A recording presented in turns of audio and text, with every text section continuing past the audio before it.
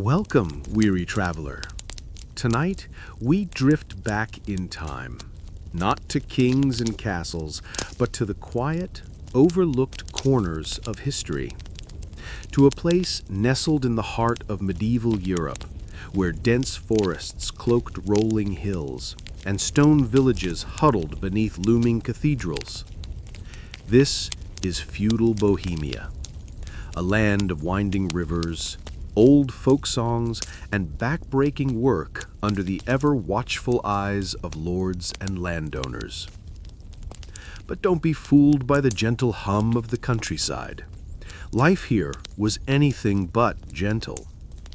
From the moment the rooster crowed to the final toll of the church bell, the world of a Bohemian peasant was one of strict routines, sacred customs, and constant survival. There were no shortcuts, only muddy roads, heavy tools, and the slow grind of seasons.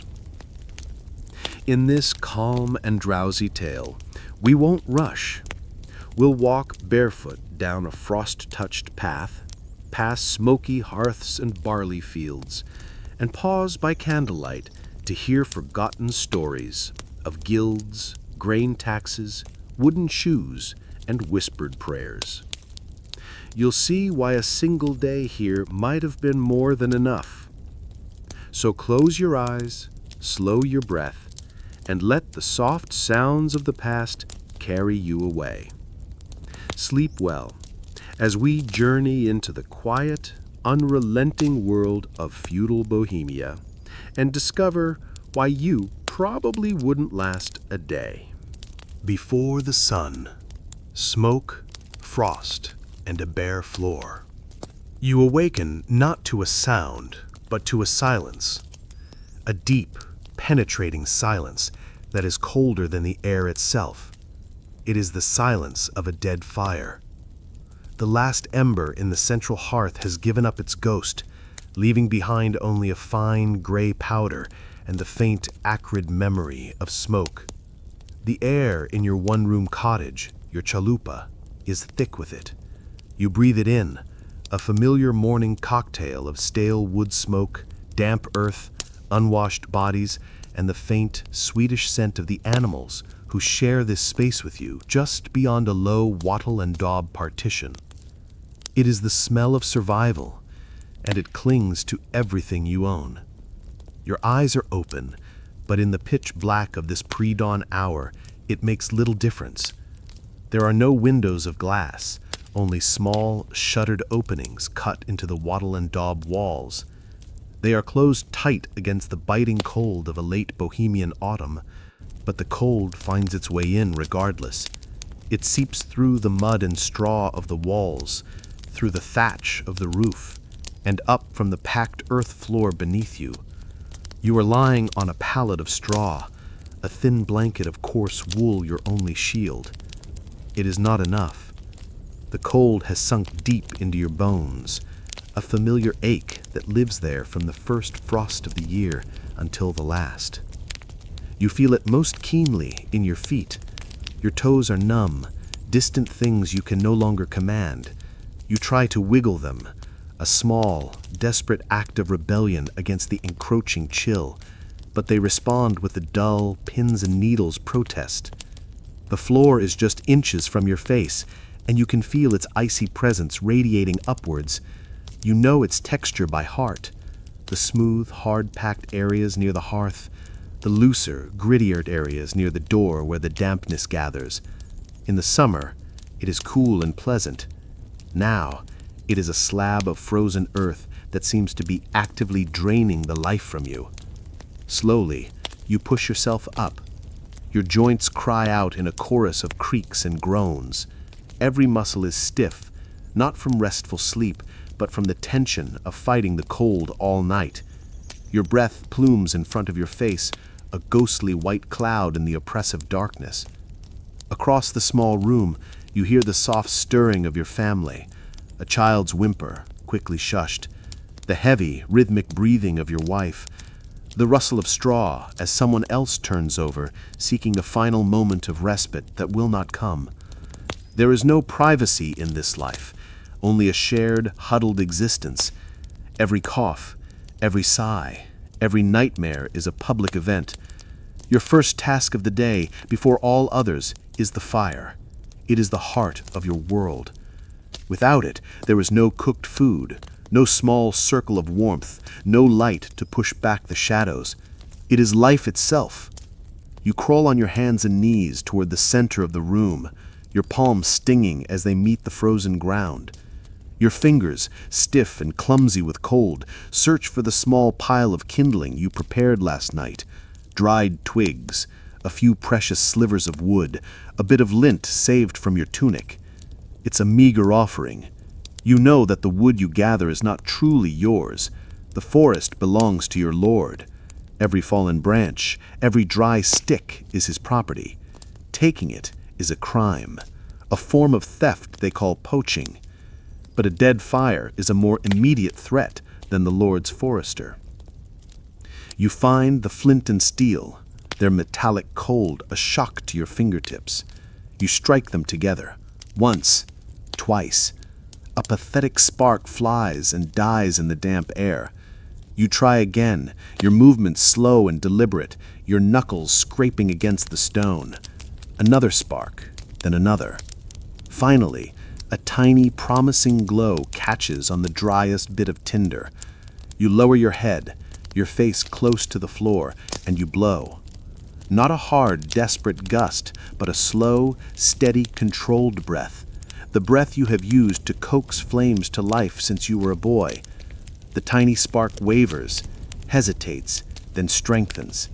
It licks at the edge of a twig, a small orange tongue tasting the wood. You blow again, gently, patiently, feeding the infant flame with your own warmth. It grows, and a fragile, flickering light begins to push back the darkness. The shadows in the corners of the room dance and retreat. The faces of your family emerge from the gloom, pale and etched with weariness.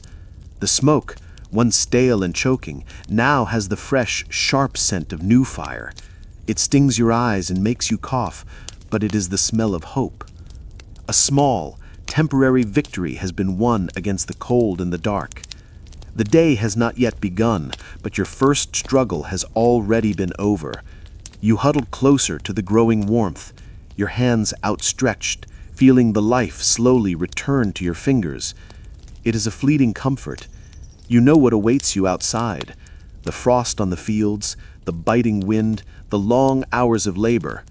But for this one moment, in the smoky heart of your home, there was a small pocket of warmth. And in 14th century Bohemia, that is a kind of wealth. One shirt, 2 holes, no socks. The fire is alive now, a small, hungry thing crackling in the hearth. It offers a meager circle of warmth, and you and your family huddle within its reach, reluctant to leave its fragile embrace. But the gray light seeping through the cracks in the wooden shutters is growing stronger. The time for stillness is over. The day demands you dress, a simple act made complicated by the poverty that defines your every possession. You move away from the fire, the cold instantly reclaiming the space you occupied. Your sleeping pallet of straw is also your wardrobe. Lying beside it is your tunic, your only tunic. You pick it up. The fabric is stiff and unyielding. It is woven from coarse linen, or perhaps a blend of linen and rough wool known as linsey-woolsey. It is the color of dirt and smoke and dried sweat, a permanent, mottled gray-brown that no amount of washing and cold stream water could ever truly cleanse. The fabric feels like a board in your hands, rigid with the accumulated grime of the past week. It smells of you, of your labor in the fields, of the soot from the fire, of the anxiety that makes you sweat even in the cold. It is a second skin, a wearable history of your recent past. You slip it on over your head. The rough texture abrades your skin. It is a familiar irritation, one you have long since learned to ignore, like the constant ache in your lower back or the emptiness in your stomach. The tunic is a simple T-shaped garment, reaching to just above your knees. There are no buttons, no intricate fastenings. Such things are for the wealthy, for merchants, or the lordsmen. Yours is a garment of pure function, designed for a life of bending and lifting. As you pull it down, your fingers find the two holes. They are not fashionable slits, but ragged tears born of hard use. One is at the elbow, where the fabric has finally given way after countless seasons of scything and hauling. The other is a smaller fray near the hem, where it caught on a thorny bush as you searched for firewood in the woods. You own a bone needle and a bit of homespun thread, and on a holy day, when work is forbidden, you might find the time and the light to mend these wounds. But the patch will be of a slightly different color, a different texture, and the tunic will become a map of its own survival, each repair a landmark of past struggles. For now, the holes remain, small invitations for the wind to find your skin. Underneath the tunic, you wear nothing. Undergarments are a luxury you cannot imagine.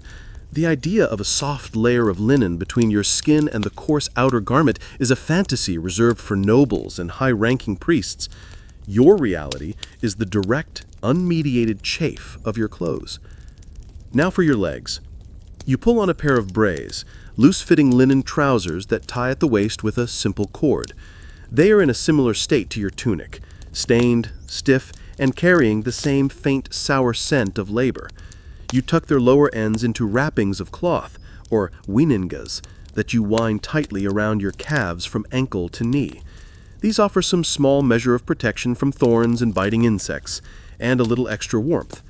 They are also a mark of your station. A knight would wear fine hose of brightly dyed wool. You wear rags. Finally, your feet. You look down at them pale and still blotchy from the morning cold.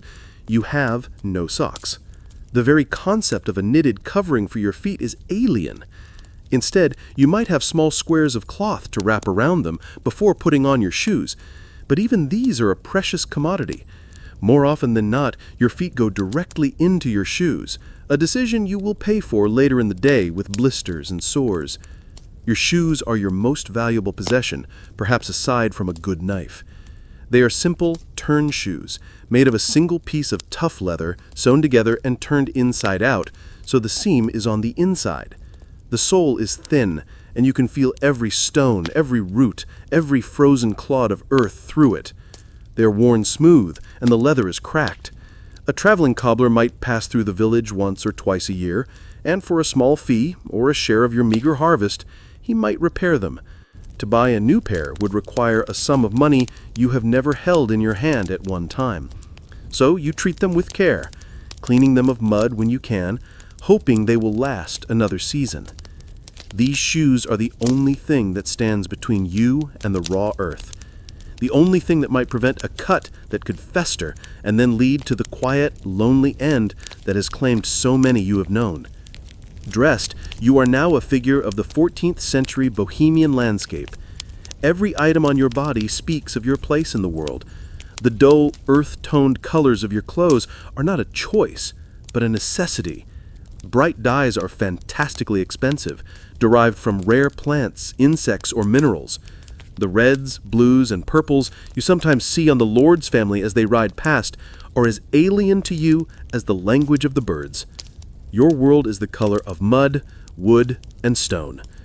The simplicity of your garments, the lack of ornamentation, the very feel of the fabric, it all announces your status as a poddani, a serf bound to the land and to the will of your master. You are a tool, and you are dressed for work. You stand for a moment, fully clothed, feeling the familiar weight and texture of your life.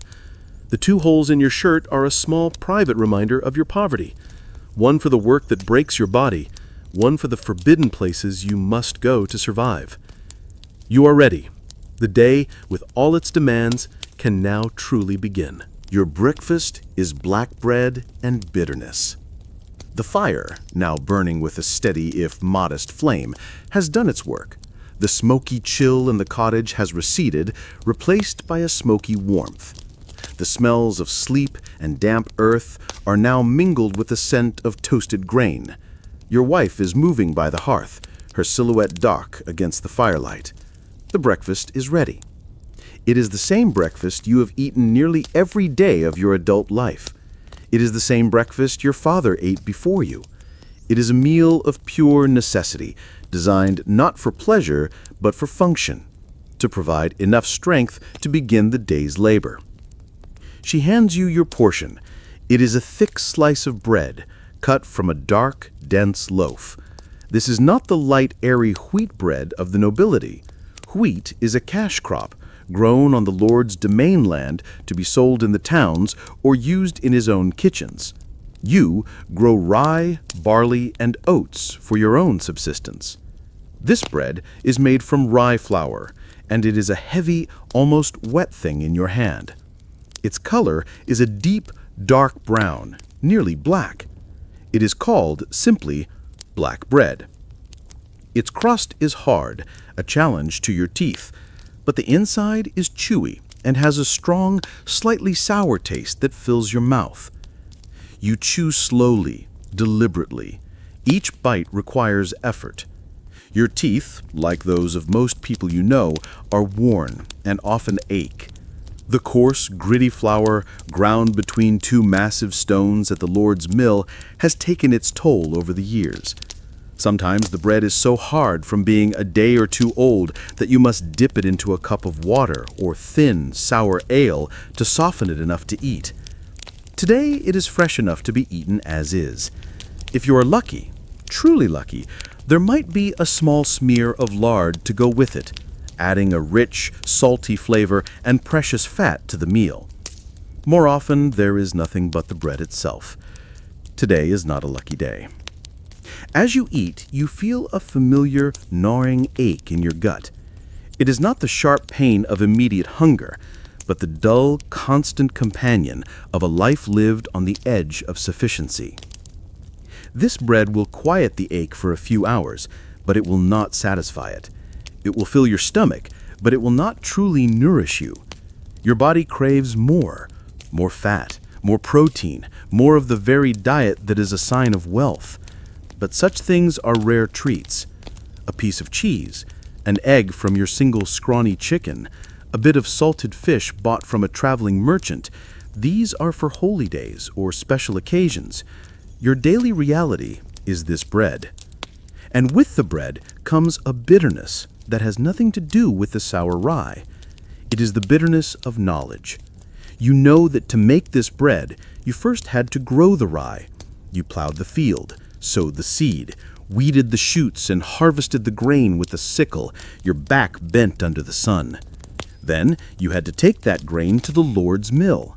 You are forbidden from owning your own cornstones to grind your flour at home. The Lord has a monopoly on milling, and for the privilege of using his mill, you must pay a portion of your flour, the multure. So a part of your harvest, your labor, is taken from you before the bread is even baked. Then there is the baking itself. Your cottage may or may not have its own small oven built into the side of the hearth. If it does, it is an inefficient, smoky affair. More likely, the village has a communal oven, also owned by the Lord. And to use it, you must pay another fee, perhaps a small coin if you have one, or more often, a loaf from the batch you are baking. So your bread, this simple, dark, heavy thing, has been taxed twice before it even reaches your mouth. It is a physical manifestation of your servitude. Every bite is a reminder of your dependency, of the web of obligations that governs your life. There is another, darker bitterness that sometimes taints the bread. You have heard the stories and seen the effects. Sometimes a fungus with a purplish black growth, called ergot, can infect the rye grain. If it is not carefully separated before milling, it gets ground into the flour. Bread baked from this tainted flour can cause a terrible affliction. They call it St. Anthony's fire. You have seen people suffer from it. A burning sensation in the limbs as if they are on fire from the inside. Then convulsions, hallucinations, and a terrifying madness. Or worse, the limbs turn black, shrivel, and fall off from gangrene. Every time you eat your bread, a small, quiet fear accompanies the meal. You inspect your slice in the firelight, looking for the telltale dark specks. You trust your wife's diligence, but you can never be entirely sure. The bread that sustains you could also poison you. You finish the last bite, chewing the hard crust until it softens. You wash it down with a gulp of water from a wooden cup. The meal is over. It took only a few minutes. There is no lingering, no conversation around the breakfast table. There is only the brief, functional act of eating, and then the return to the day's demands. The ache in your gut has subsided for now, replaced by the heavy weight of the rye. It sits in your stomach like a stone, a dense fuel for the long hours of work ahead. You have eaten. You have been granted a few hours more of strength, but you are not satisfied. You are never truly satisfied. The bitterness remains, a faint aftertaste on your tongue, a constant presence in your soul. The church bell rings. Time to work. From the center of the village, a sound rises to break the morning stillness. It is the deep, resonant tolling of a bell. It comes from the small stone church, the most solid and permanent building in the village, more so than even the Lord's manor house if he has one nearby. The sound rolls over the thatched roofs, across the muddy track that serves as a road, and out into the fields. It is a sound that structures your entire life. It is the only clock you have ever known. For a moment, you might think it is a call to prayer. The bell rings for Mass on Sundays and on the many holy days that dot the calendar.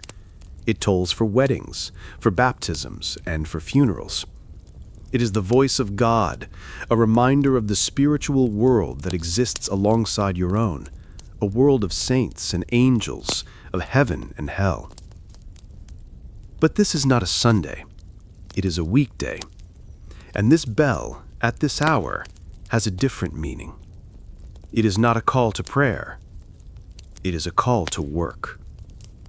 The bell is not just God's timepiece. It is the Lord's. It marks the beginning and the end of the workday, especially the days you owe him your labor, the robota. When the bell rings in the morning, you are to be in the fields. When it rings in the evening, you may stop. It is the sound of your obligation made audible. It is a relentless, inescapable master. You cannot argue with it. You cannot bargain with it. It rings, and you obey. The local priest is the one who rings the bell, but you know who gives the orders. The church and the nobility are the two great powers in your world, and their interests are often intertwined. The Lord gives land and protection to the church, and the church, in turn, preaches obedience and acceptance of the social order. The Lord God has willed that some should be masters and some should be servants, the priest might say in his sermons. The bell is the practical application of that theology. It transforms your time, which should be your own, into a commodity that belongs to your master. As you hear the bell, you see other villagers emerging from their cottages. They are figures like you, wrapped in coarse, earth-toned fabrics, their faces etched with the same resignation. There is a quiet understanding among you. No words are needed. The bell is the signal. You grab your tools, perhaps a heavy digging fork with a wooden handle you fashioned yourself, or a simple hoe. They are worn smooth from use, extensions of your own arms. You give a nod to your wife, a silent farewell that means, I am going to pay our rent with my body. She will have her own work to do, tending the small garden plot behind the cottage, spinning thread, minding the children, preparing the meager midday meal. Her labor is just as constant, if less visible. You join the small stream of people moving out of the village and towards the Lord's domain. The path is well trodden. The bailiff, the Lord's overseer, will be there waiting.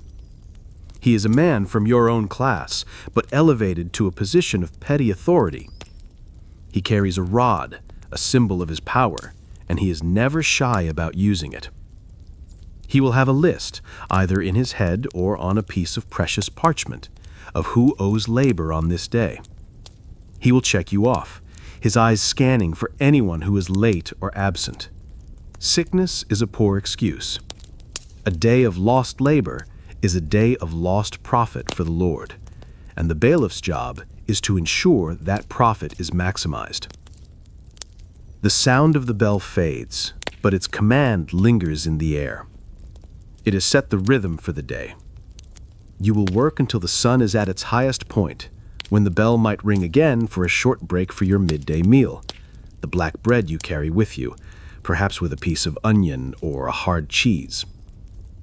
Then you will work again, your shadow lengthening on the ground until the evening bell grants you release. This is the structure of your days, of your weeks, of your life. Time is not a gentle flowing river. It is a series of commands, marked out by the tolling of a bronze bell. It reminds you that your life is not your own. Your strength, your energy, your very hours on this earth are owed to another.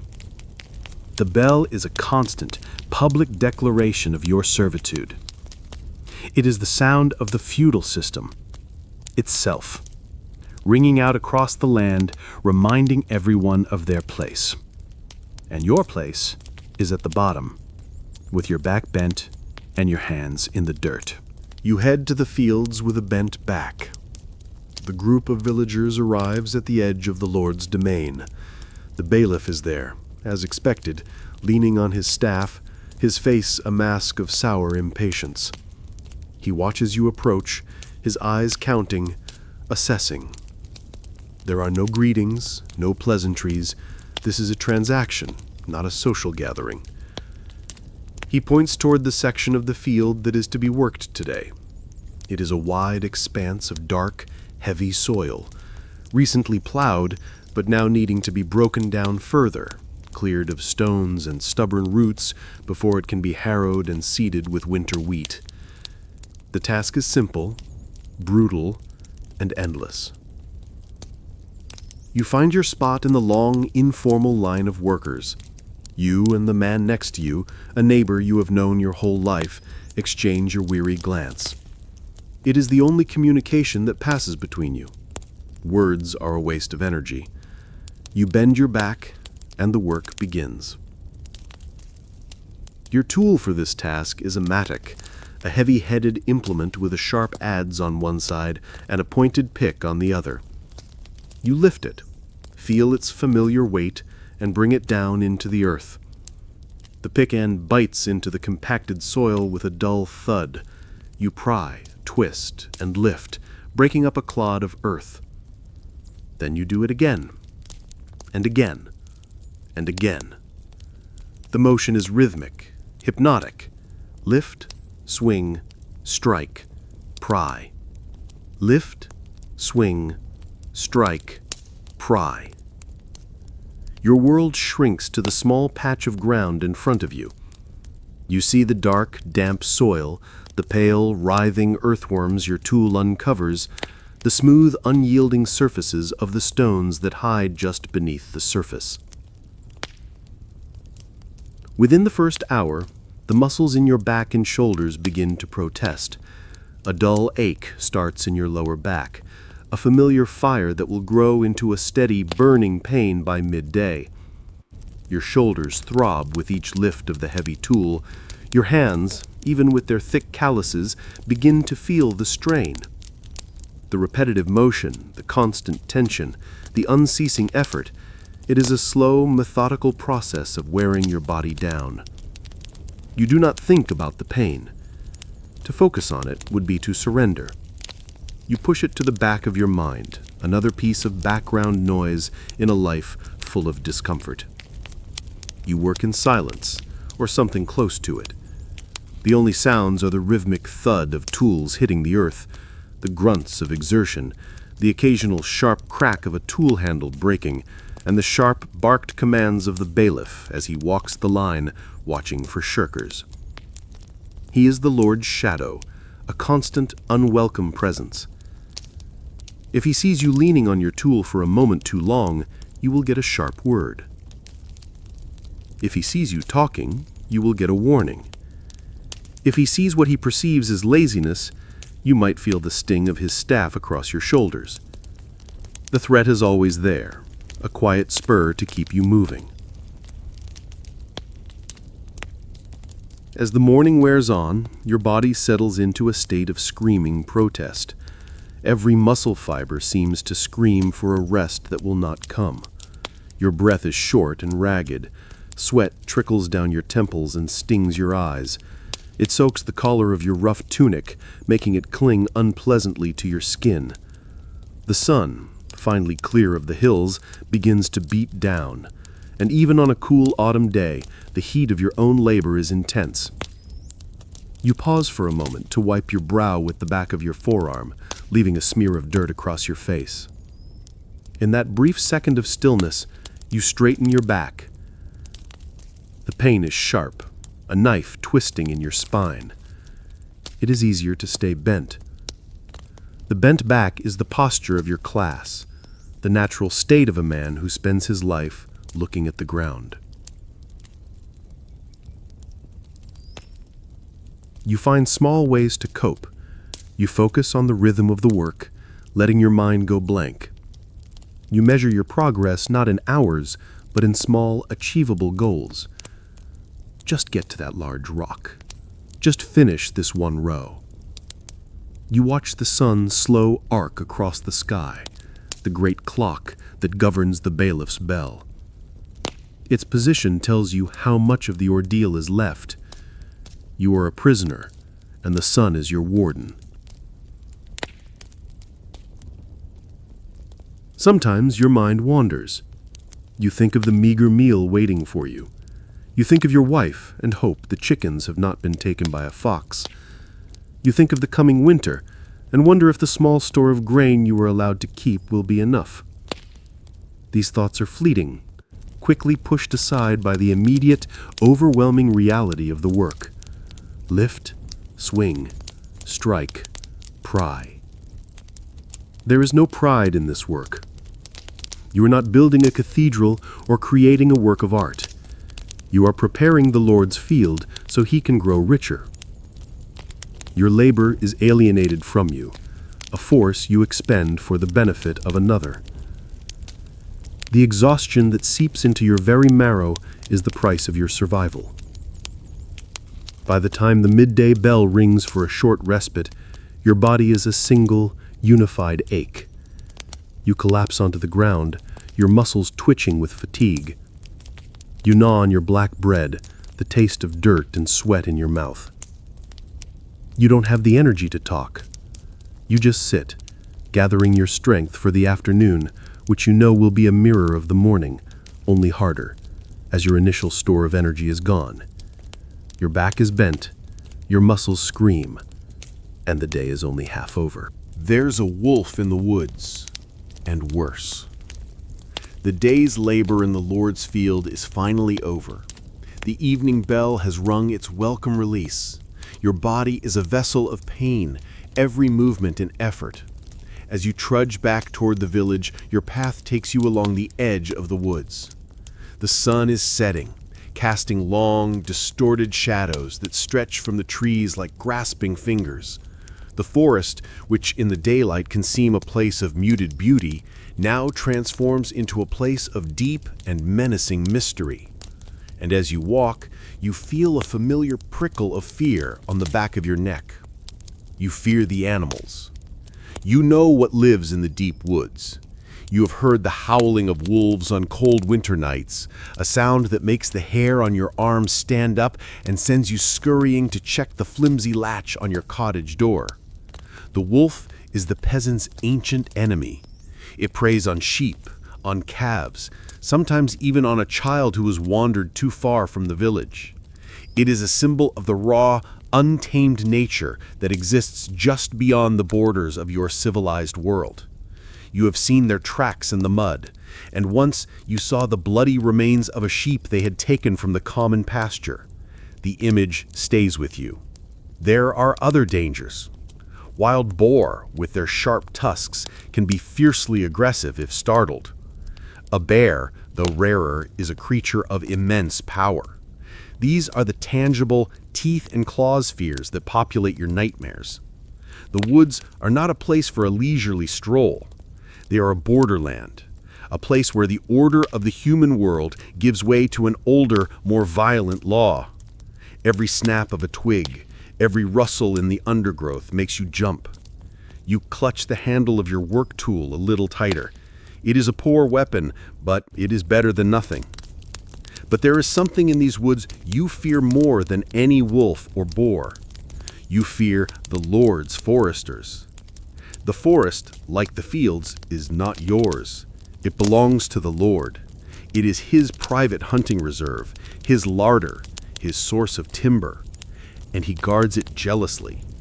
The foresters are His enforcers, men tasked with patrolling the woods and punishing any who transgress the complex web of forest laws.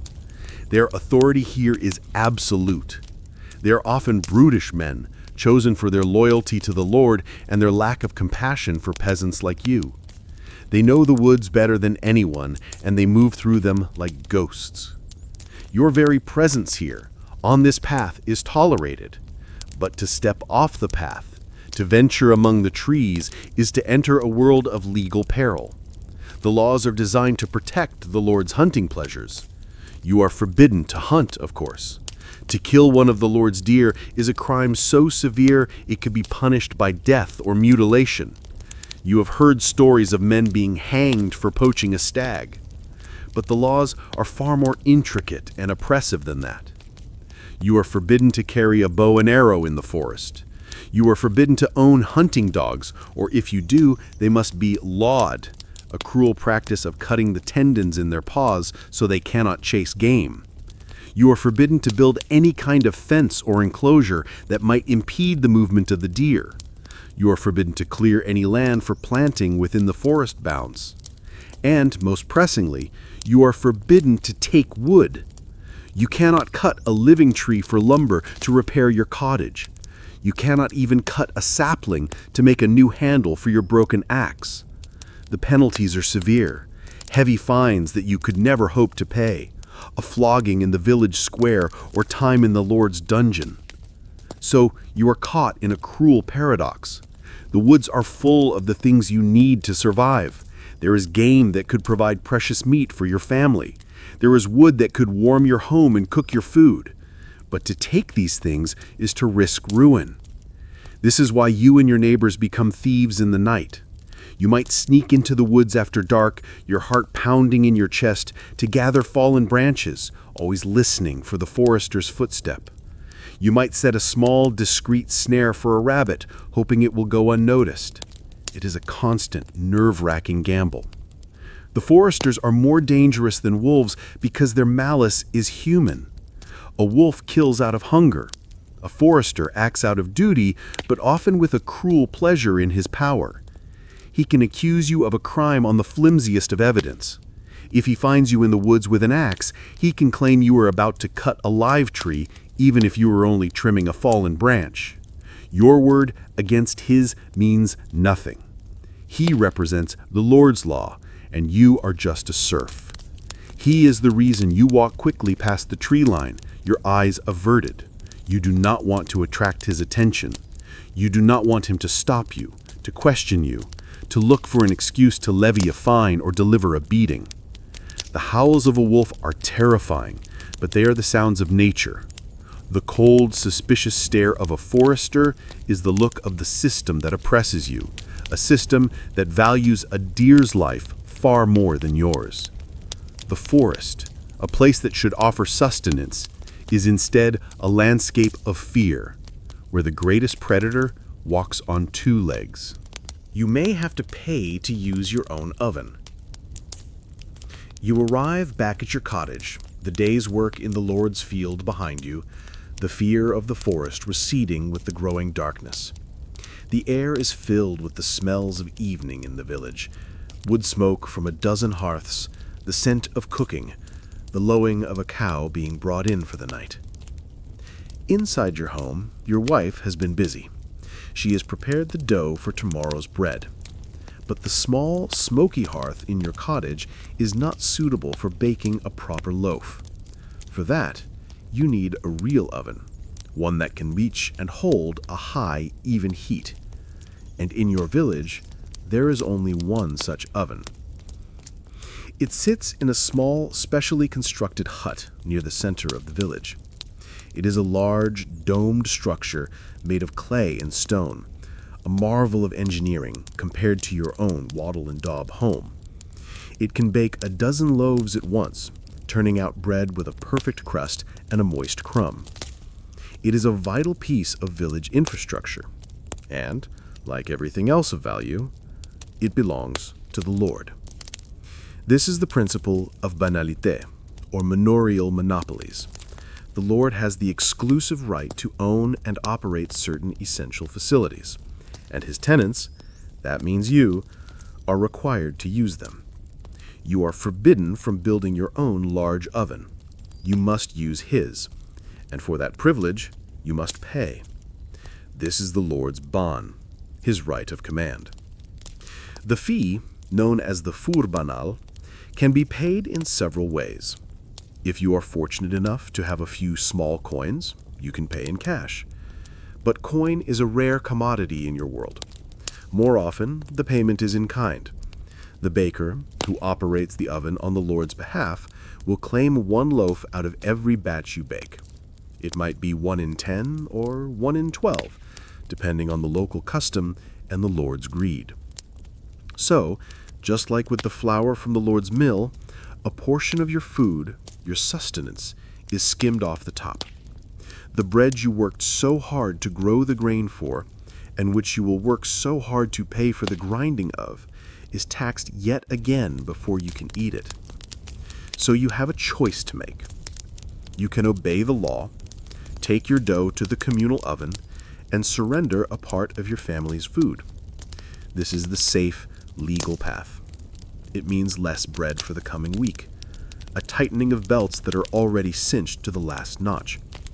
It means accepting another small, humiliating reminder of your powerlessness. Or you can take a risk. Under the cover of darkness, some villagers engage in a small act of rebellion. They bake illegally. This might mean using a small, hidden oven dug into a hillside far from the village. Or it might mean a more desperate and dangerous method. You can try to bake in your own hearth. This is a tricky business. You might place the dough on a hot stone and cover it with a large clay pot, then heap glowing embers over and around it.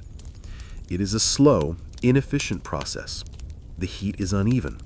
The bread is often burnt on the outside and doughy on the inside. It fills your cottage with even more smoke than usual.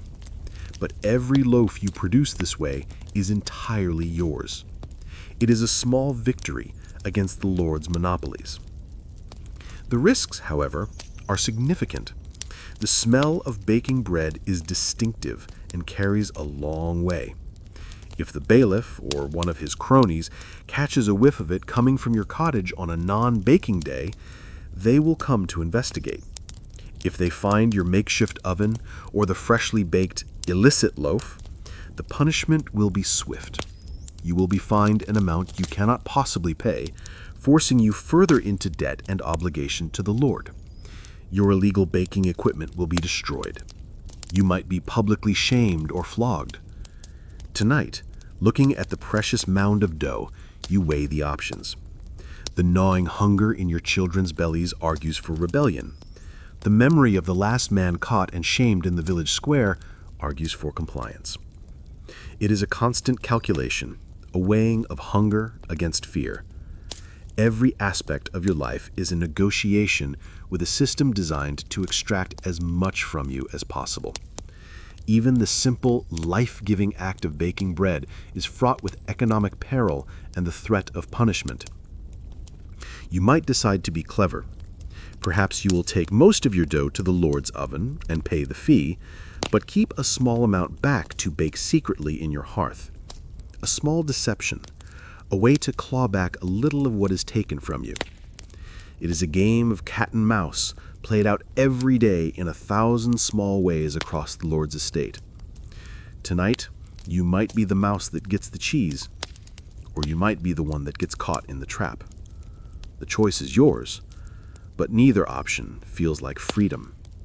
It just feels like another move in a game you can never truly win.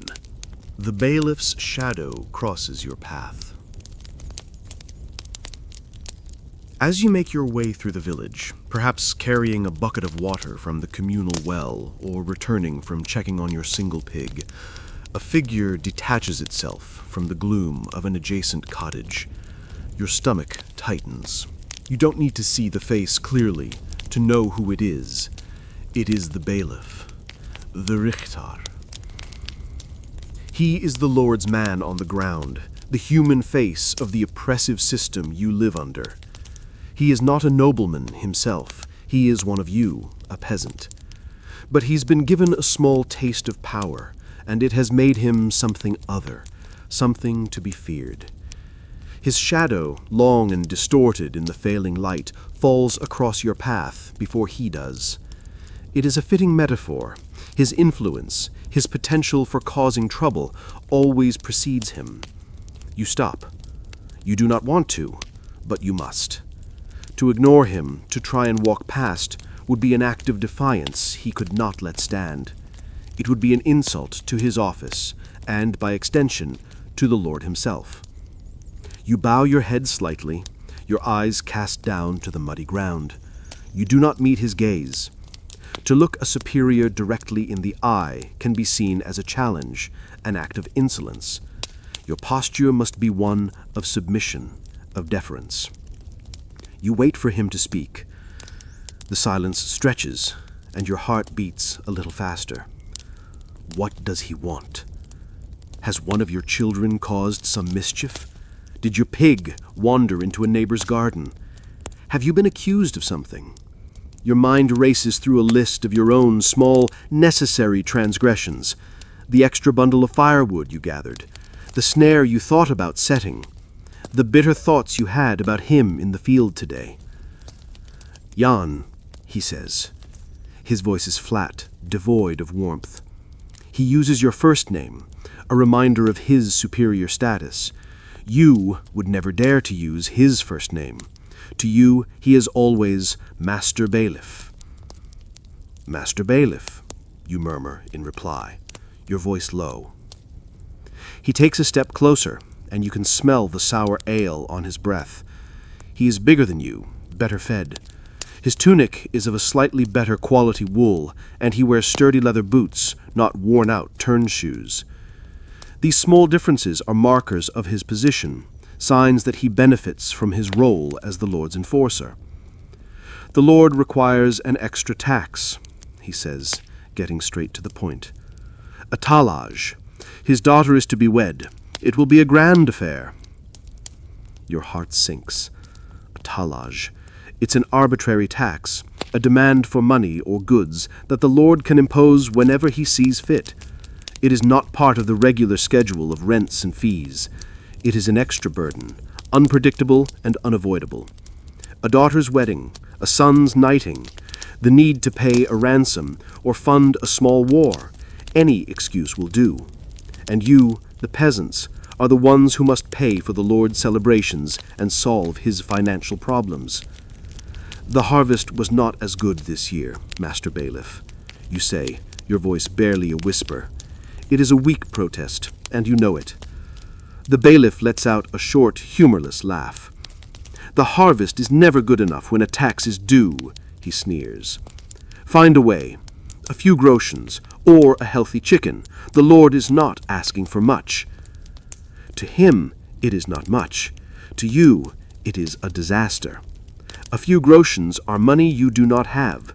Your only chicken is a precious source of eggs, and potentially a meal that could see your family through a lean week. To give it up for the wedding of a girl you have never met, who lives in a stone castle you will never enter, feels like a profound injustice. But you do not say this.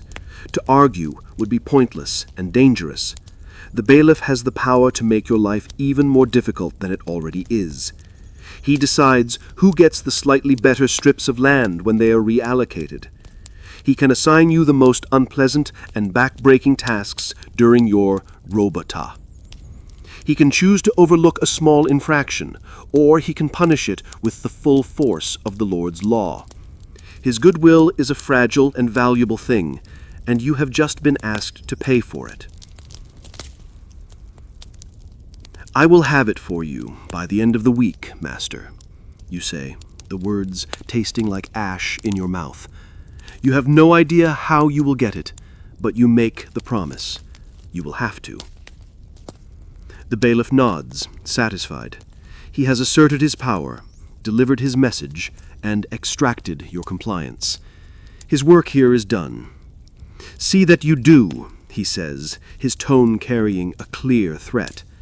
He turns and continues on his way, his shadow sliding off you and moving on to darken someone else's evening. You stand there for a moment after he has gone, your fists clenched at your sides. A hot, helpless anger burns in your chest. The injustice of it all is a physical weight.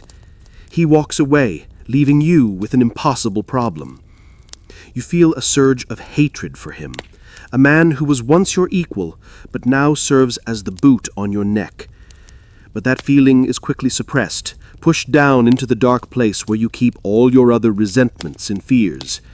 To let that anger show would be suicide. You unclench your fists, take a deep breath of the cold night air, and start walking again.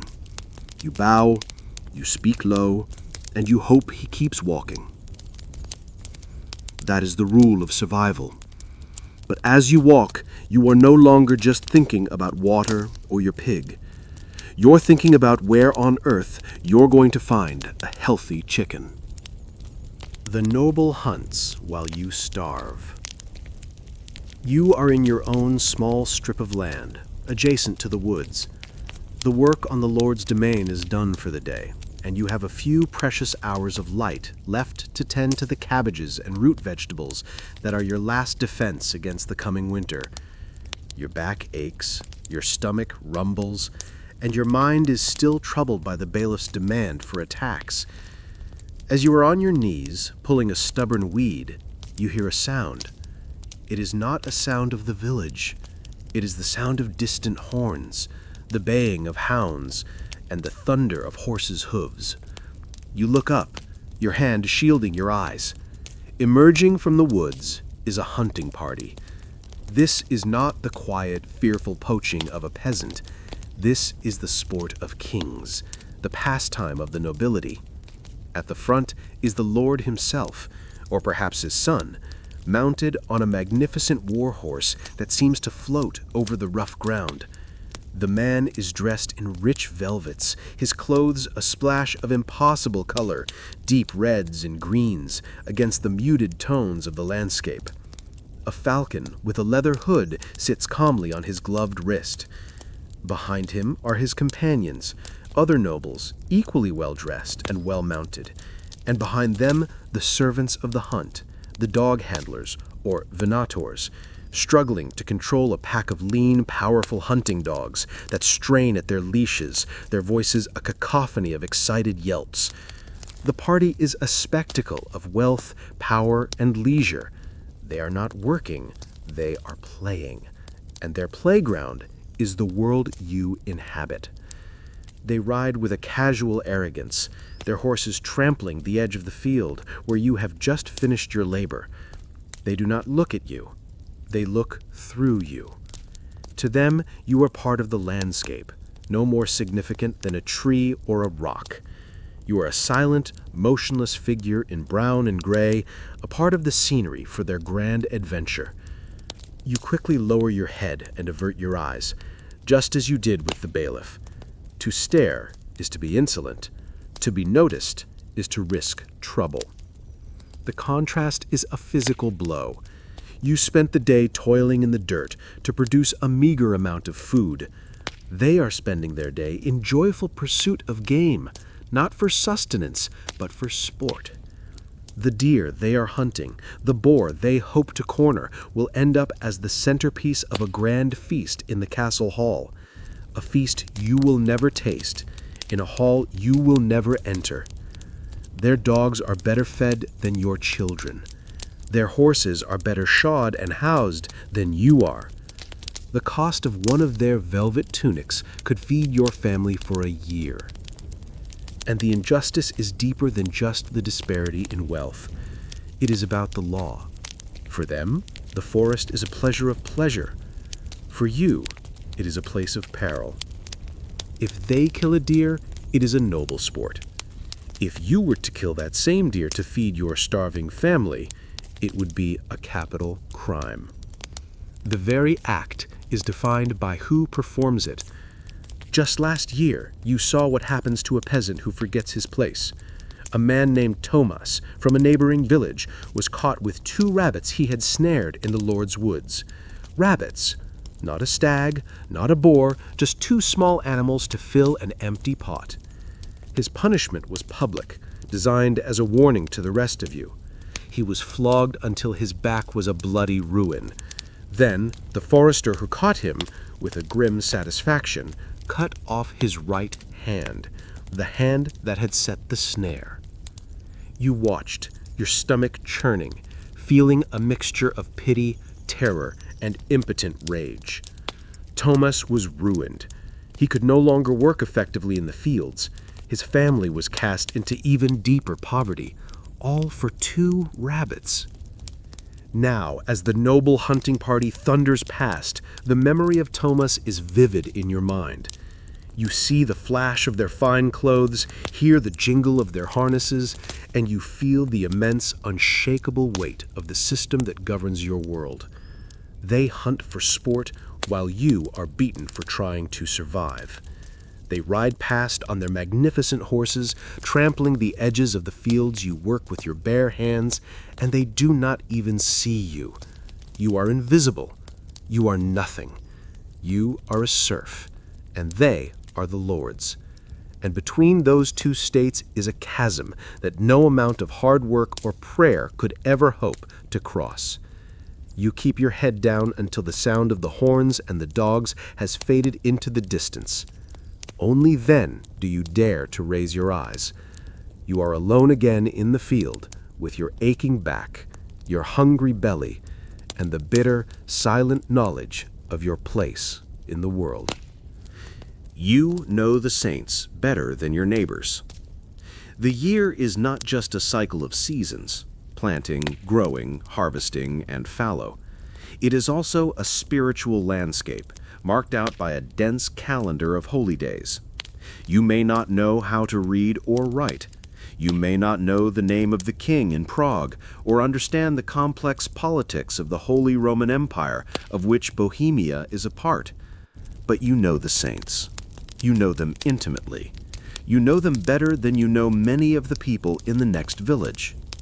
Your knowledge is not theological, it is practical. The saints are a vast, invisible celestial court, each with their own specialty, their own patronage, their own personality.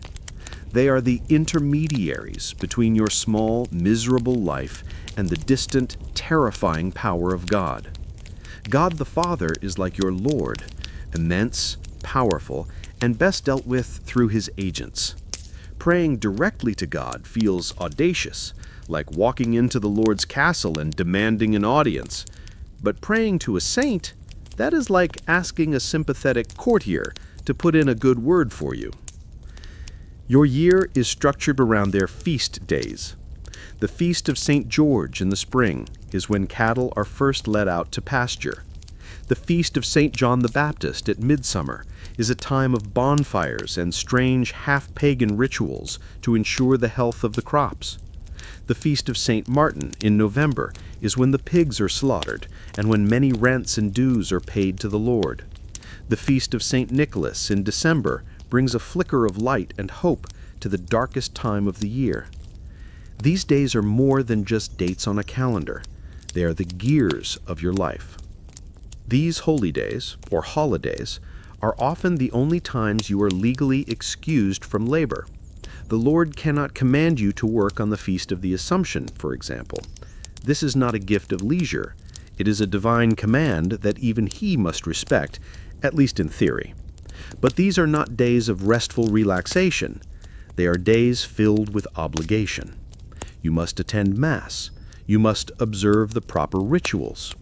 Often a holy day is also a day for paying a specific tax or tithe to the church.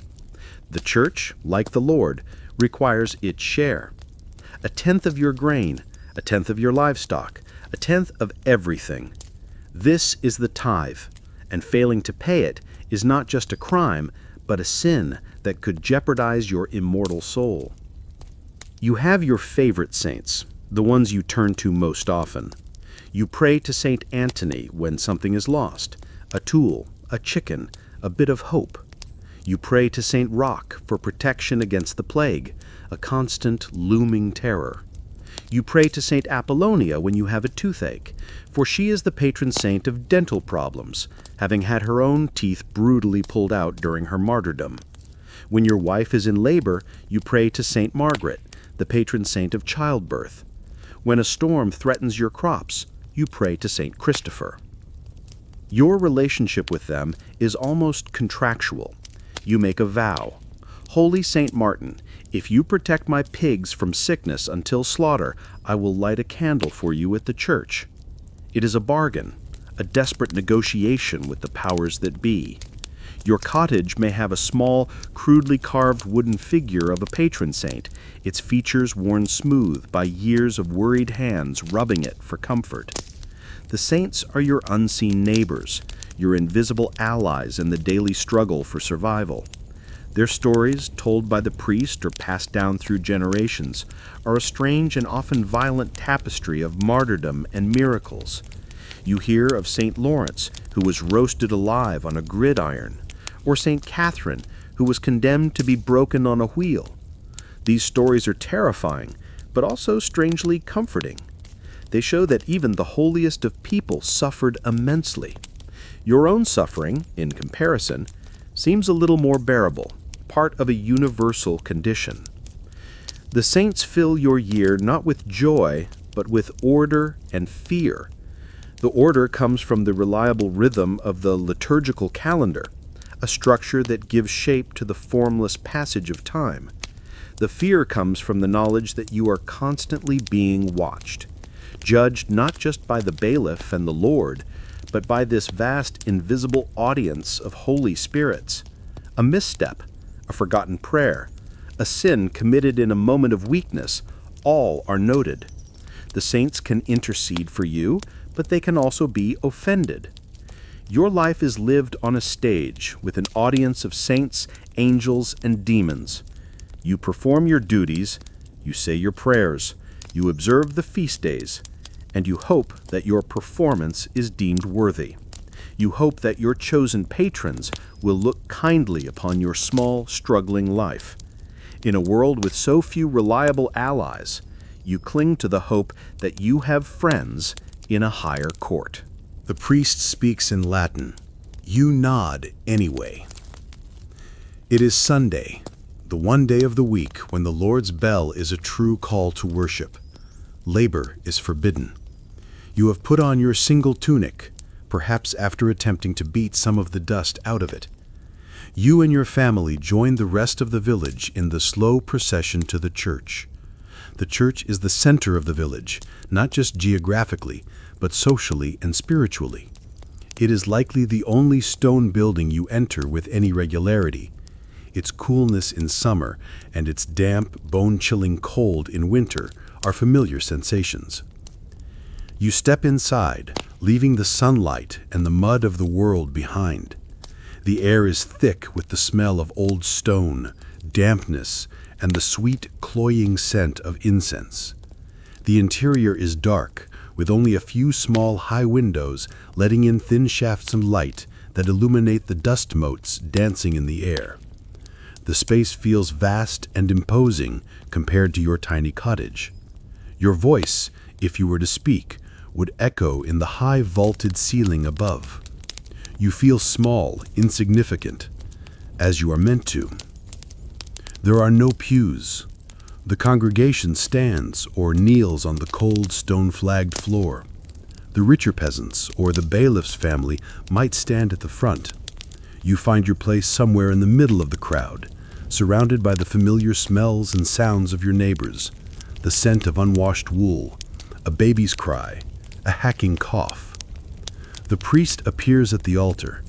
He is a figure of immense authority. He is often the only literate person in the village. He stands between you and God. He is dressed in elaborate vestments, rich fabrics of a quality and color you see nowhere else.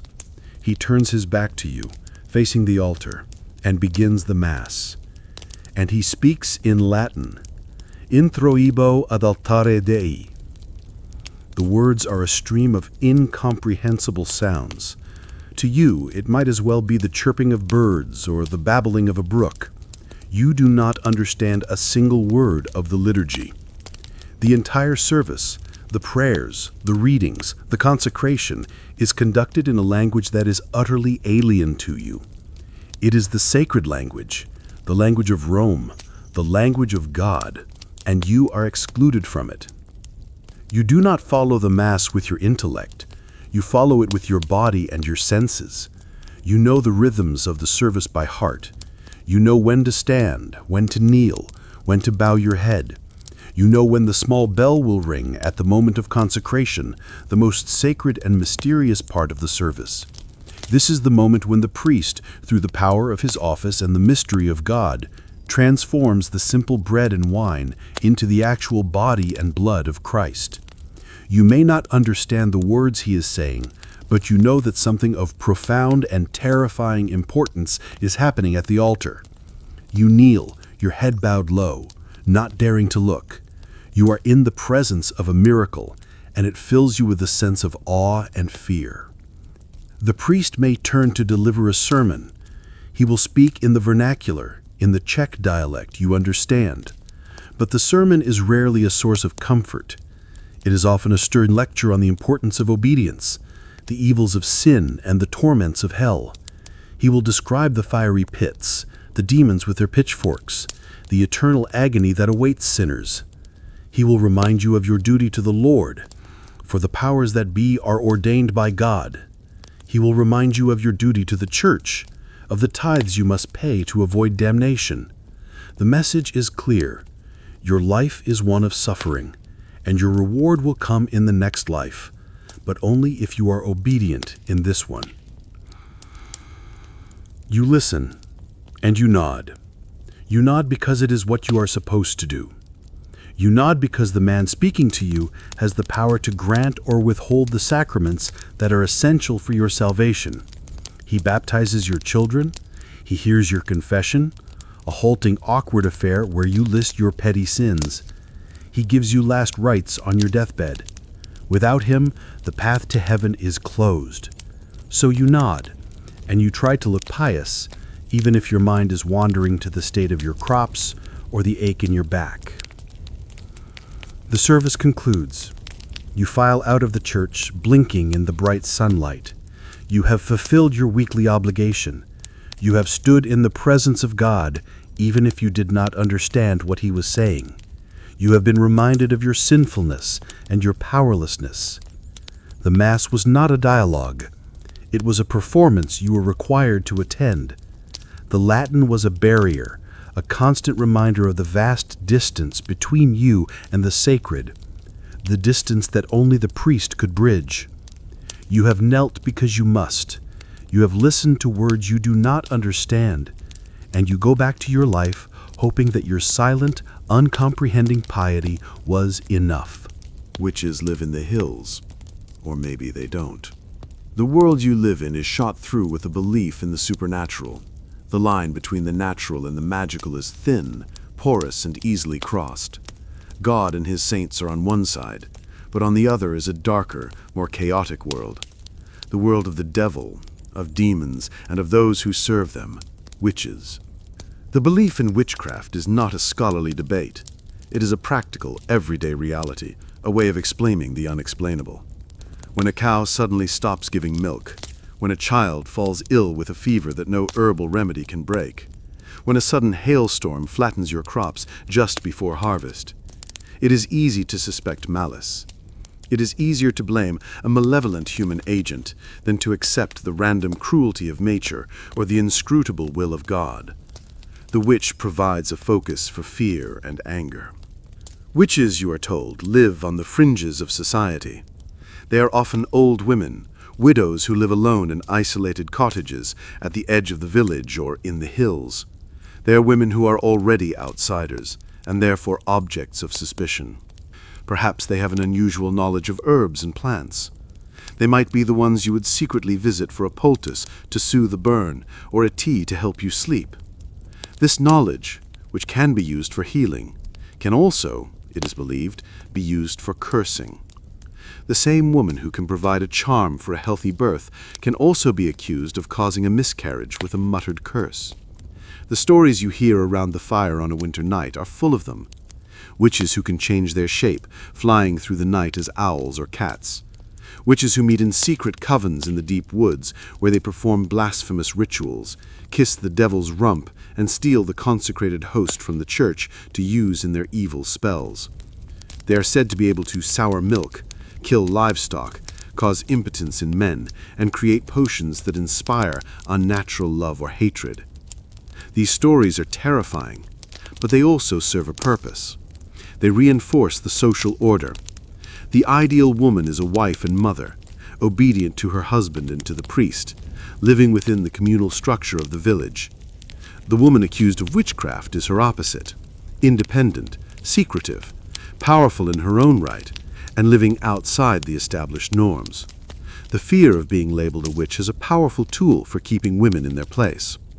And then one day, the suspicion that has been simmering against a particular old woman boils over. Maybe a series of misfortunes has struck one family particularly hard. Their cow died, their son broke his leg, and their bread won't rise. They need someone to blame. They remember that the old woman, Elspeth, looked at their cow with a strange expression last week. They recall that she muttered something under her breath as their son ran past her cottage. The whispers start. Elspeth has the evil eye. She was seen gathering herbs by moonlight. The accusation is made. The priest is involved. The bailiff is notified. Elspeth is dragged from her home. There may be a trial of a sort. But it is not a trial based on evidence as you might understand it. It is a trial by ordeal or by accusation. Witnesses, motivated by fear or old grudges, come forward with their stories. She might be swum, bound and thrown into the river or pond. If she sinks and drowns, she was innocent. If she floats, it is proof that the water, a pure element, has rejected her, and she is a witch. Either way, she is dead. Or she might be burned. You have heard of it happening in the larger towns, and sometimes even in a village not far from yours. The accused witch is tied to a stake in the public square. A fire is built. The flames are meant to purify, to cleanse the community of her evil influence. It is a horrific public spectacle, a ritual designed to restore order and appease a terrified populace. The community, in a collective act of violence, purges its own fears by destroying a scapegoat. You watch these events with a mixture of fear and a grim sense of relief. You fear the witch's curse, but you also fear the mob. You know Elspeth. You have known her your whole life. She was just an old woman, lonely and perhaps a little eccentric. Did she really have the power to kill a cow with a look? Or was she just a convenient target for a village gripped by panic? You don't know. You can't be sure. The priest says witches are real. The stories say they are real. And it is safer to believe. It is safer to stand with the accusers than to defend the accused. So you stand in the crowd, your face grim, and you watch as an old woman is punished for the village's bad luck. Or maybe they don't exist. Maybe it's just stories. But in 14th century Bohemia, it is better to be safe than sorry. And so, just in case, she is burned. Someone has the evil eye. Disease and misfortune are constant companions in your life. A child is born with a club foot. A strong man is suddenly struck down by a seizure, his body thrashing on the ground. A cow, healthy one day, is found dead in the field the next morning. In a world without a scientific understanding of germs, genetics, or pathology, these events are not random. They are caused. And one of the most common and feared causes is the evil eye, the malilocchio. The belief is simple and powerful. Some people have the ability to cause harm, sickness, or bad luck simply by looking at or praising someone or something. The power is in their gaze. It is a form of involuntary witchcraft, a malevolent energy that emanates from them, often without their conscious intent. They may not even know they possess it, but the effects of their glance are devastating. Suspicion can fall on anyone, but it usually settles on those who are already outsiders. A person with a physical deformity, someone with an unusual eye color, a stranger passing through the village, or simply someone known for their envy or ill temper. Envy is seen as the root of the evil eye. If your neighbor looks at your healthy baby and says, "What a beautiful, strong child," her praise, if tinged with a secret envy for not having such a child herself, could be the very thing that causes the baby to fall sick the next day. This creates a strange social dynamic where compliments are viewed with suspicion and good fortune is best kept quiet. To boast about a good harvest or a healthy animal is to invite the evil eye. When misfortune strikes, the first question is not what happened, but who did this? The search for the person with the evil eye begins. You might recall a recent interaction. Did old Vlasta, the widow with the cataract, stare at your pig for a little too long yesterday? Did the traveling tinker, with his strange way of speaking, admire the new handle on your axe just before it broke? The mind casts about for a culprit, for a human source to blame for the chaos of life. This belief system is a way of creating a narrative for suffering. It is more comforting to believe that your child's fever is the result of a neighbor's curse than to accept that it is a random, meaningless event. A curse can, in theory, be fought. A random act of God or nature cannot. So the belief in the evil eye provides not just an explanation, but also a set of remedies. These remedies are a blend of folk magic and Christian symbolism. If you suspect your child has been overlooked, you might perform a ritual. Perhaps you will take 3 glowing embers from the hearth and drop them into a bowl of water. If they hiss and sink, all is well, but if they float, it is a sign of the evil eye. The water is then used to wash the child's face, where the child is made to drink some of it to wash away the curse. Amulets and charms are essential for protection. You might hang a piece of red cloth on your baby's crib or tie it to the horns of your cow. Red is a powerful, protective color. Phallic symbols, gesturing with the fingers in a specific way, the mano cornuta or horned hand, or spitting on the ground after receiving a compliment are all common ways to ward off the evil eye. The priest might be called to bless the afflicted person or animal, his Christian prayers layering over the older, pagan-rooted folk beliefs. The world is a battlefield of invisible forces, and you must use every weapon at your disposal. The belief in the evil eye colors all your social interactions. It creates a low-level, pervasive atmosphere of suspicion and mistrust among neighbors. The same people you huddle with for safety and community can also be the source of your greatest misfortunes. A disagreement over a stray chicken or a boundary line can fester, and any subsequent bad luck will inevitably be blamed on the ill will of the other party. It turns personal disputes into magical warfare. Your neighbor's bad luck is explained this way. When Mardek's roof collapses in a storm, it wasn't just poor construction or strong winds. People will remember that he argued with the bailiff last week, and they will whisper that the bailiff must have put a curse on him. When Zuzana has 3 miscarriages in a row, it is not seen as a private tragedy, but as evidence that someone in the village wishes her ill. The evil eye is a powerful tool for social control and a way of making sense of a world that is otherwise terrifyingly random. It explains everything: disease, death, crop failure, and it ensures that you are always a little bit afraid of the people you live with. You pray for rain, then for it to stop. Your entire existence is dependent on the weather. It is your most immediate and unpredictable master, more powerful than the Lord, more constant than the priest. The sky is the page on which your fate is written each day. You become an amateur meteorologist, not by choice, but by necessity. You learn to read the signs, the color of the sunset, the shape of the clouds, the direction of the wind, the behavior of birds and insects.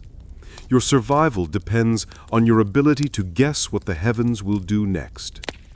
In the spring, after you have plowed and planted your strips of land with barley and oats, you begin to pray for rain. The days grow longer and warmer, and the sun beats down on the fields. You watch the soil grow pale and dusty. The young green shoots of your crops, which sprouted so hopefully, begin to wilt. A week without rain becomes a source of quiet anxiety. 2 weeks, and the anxiety turns to palpable fear. You look at the sky 100 times a day, searching for a wisp of a dark cloud. The sky remains a perfect, mocking blue. The village organizes a procession.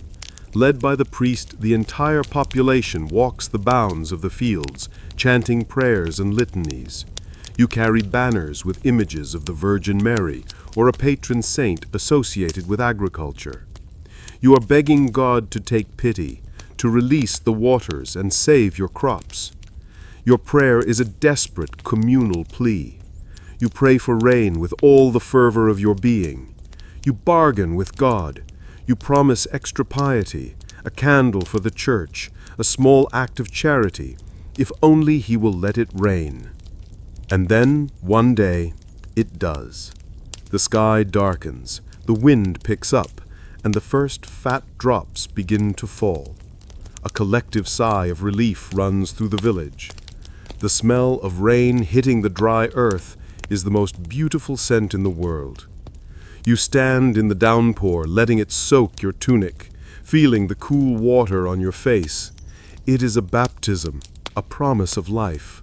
Your prayers have been answered. But the weather is a fickle god. The gentle life-giving rain can turn into a destructive deluge. The prayers for rain are quickly replaced by prayers for it to stop. The sky remains a leaden gray for days on end. The fields, once parched, are now waterlogged. The narrow track through the village becomes a river of mud. The river at the edge of the valley swells and threatens to overflow its banks, flooding the low-lying fields where the best grazing is. Your crops, which you so desperately wanted to be watered, are now in danger of being drowned, their roots rotting in the cold, saturated soil.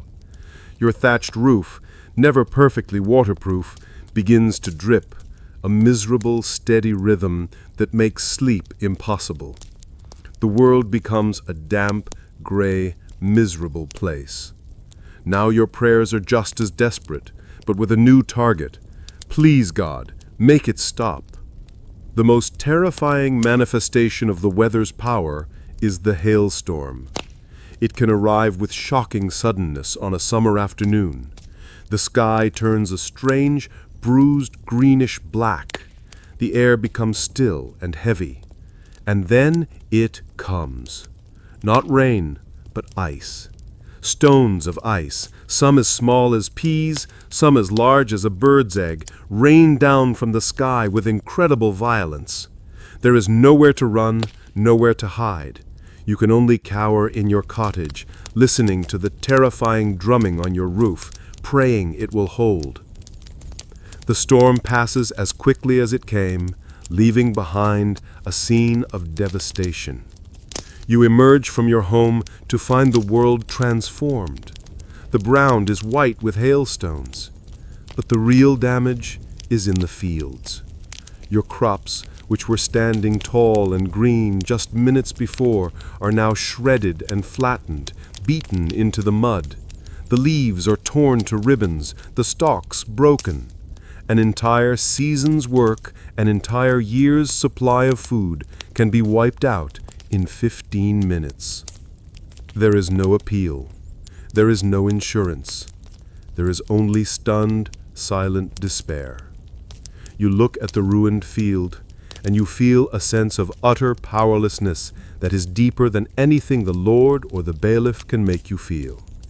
This is a divine act, an act of God or a curse from the devil. You can only fall to your knees in the mud, amidst the wreckage of your hopes, and pray. You pray for the strength to survive the winter that is to come. You pray for deliverance. You pray for rain, and then for it to stop. Your relationship with the weather is a constant, desperate cycle of hope and fear, a conversation with a vast, indifferent power that holds your life in its hands. You are always hungry. Hunger is not an event in your life. It is the climate. It is the backdrop to everything you do, the dull, aching bass note in the symphony of your existence. There are times when it is a sharp, demanding pain, but more often it is a slow, grinding emptiness, a hollow space in your core that is never truly filled. You are in a constant, lifelong battle against it, a battle you never quite win. Even in the best of times, right after the harvest in the late summer and early autumn, you are not full, you are merely less hungry. The harvest is a time of frantic, back-breaking work, but also a time of relative abundance. The grain has been brought in, the Lord has taken his large share, the priest has taken his tithe, the miller has taken his fee, the baker has taken his loaf. What is left is yours. You look at your small pile of rye and barley, your basket of root vegetables, your few strings of onions, and you perform a silent, desperate calculation. Will this be enough? Will it last through the long, cold, dark months of winter and into the hungry gap of spring, when last year's food is gone and this year's crops are not yet ready? The answer is always maybe. If you are careful, if no one gets sick, if the rats don't get into the grain, if the Lord doesn't impose another unexpected tax. So even when there is food, you eat with restraint.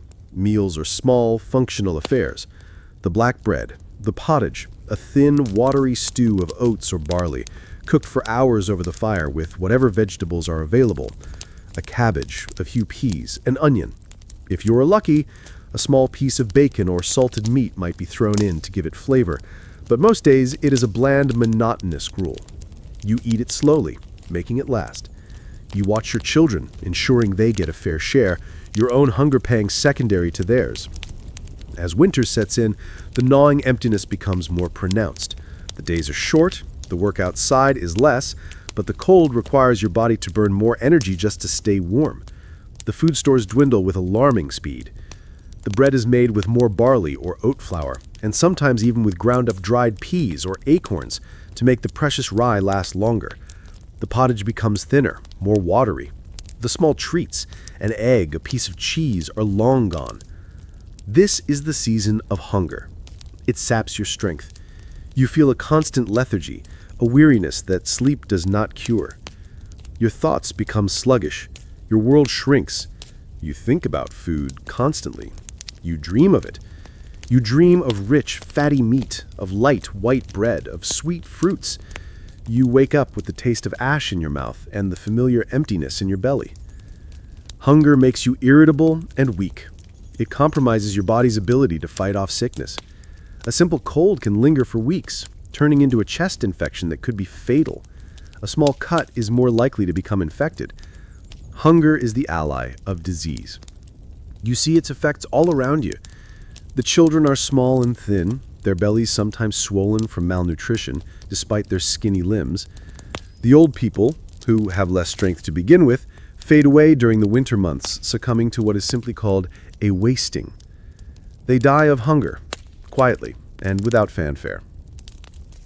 By late spring, the situation is desperate. This is the hungry gap. The winter stores are exhausted. The vegetables you stored in the root cellar are gone or have rotted. The new crops are just green shoots in the fields weeks or months away from being edible. This is when you forage. You search the woods and hedgerows for anything edible: wild garlic, nettles, dandelions, edible roots you can identify. These meager greens are boiled into a bitter, thin soup. They provide some nourishment, but they do not fill the emptiness. This is when the temptation to poach is at its strongest, when the risk of being caught and mutilated seems almost worth it for the chance of a rabbit for the pot. You are always aware of the food you don't have. You can smell the roasting meat from the Lord's kitchen when the wind is right. You see the plump, well-fed priest and the ruddy-faced bailiff. They do not know hunger as you do. Their hunger is a choice, an appetite to be satisfied. Your hunger is a condition, a state of being. It is a tool of control. A hungry man is a weak man. A hungry man is less likely to rebel. He is too focused on the next meal to think about changing his station in life. Your life is a continuous loop of labor to produce food, only to have most of it taken away, leaving you in a perpetual want. You work to feed others, and in return, you are granted just enough to keep you alive so you can continue to work. You are always hungry, and tomorrow you will wake up hungry again. Someone stole a chicken. You might hang for it. One morning, the village wakes to a commotion. A man is shouting, his voice full of rage and anguish. It is your neighbor, Pavel. You emerge from your cottage to see a small crowd gathering around his home. The cause of the uproar is quickly apparent. His chicken coop, a flimsy structure of wattle and sticks, has been broken into. His 3 precious hens are gone. In your world, this is not a petty crime. It is a catastrophe. For a peasant family, 3 chickens represent a significant asset. They are a source of eggs, a vital protein in a diet of bread and gruel. They are a potential source of meat for a feast day or a time of sickness. They could be sold or bartered at a market for other essential goods. Their theft is a direct assault on Pavel's ability to survive. The suspicion and accusations begin immediately. Who would do such a thing? The thief must be someone from the village. A stranger would be too easily noticed. The crime breeds mistrust, poisoning the fragile bonds of the community. People eye each other with new suspicion. Was it young Tomas, who is known to be lazy and always hungry? Was it old Katerina, who had an argument with Pavel's wife last week? The community, which huddles together for safety, begins to turn on itself. The bailiff is summoned. He arrives with an air of grim importance. This is a matter of the Lord's justice. While the chickens belong to Pavel, the crime occurred on the Lord's land, and any disruption of the peace is an offense against the Lord. The bailiff's investigation is not a careful gathering of evidence. It is a process of intimidation and accusation. He questions people, his voice laced with threats. He is looking for a quick resolution, a culprit to be punished. Let's imagine the thief is found. Perhaps someone saw a young man named Stefan lurking near Pavel's cottage in the night. Perhaps a search of his home turns up a few stray feathers. Stefan is caught. His fate is now in the hands of the Lord. The Lord's justice is not about rehabilitation. It is about retribution, deterrence, and the assertion of power. It is swift, public, and brutal. The concept of a fair trial is non-existent for a peasant. Stefan would be brought before the manorial court, which is presided over by the Lord or his steward. The accusers would speak. Stefan might be allowed to speak in his own defense, but his word carries little weight. He might be subjected to trial by ordeal, a way of asking God to reveal the truth. He might be forced to carry a red-hot iron bar for a set distance. If his hand heals cleanly within 3 days, he is innocent. If it festers, as it almost certainly will, he is guilty. The punishment must fit the crime, but the Lord's definition of fitting is designed to terrify. For the theft of 3 chickens, Stefan will not get a simple reprimand. He might be fined a sum so large that he and his family are plunged into a state of debt servitude for generations.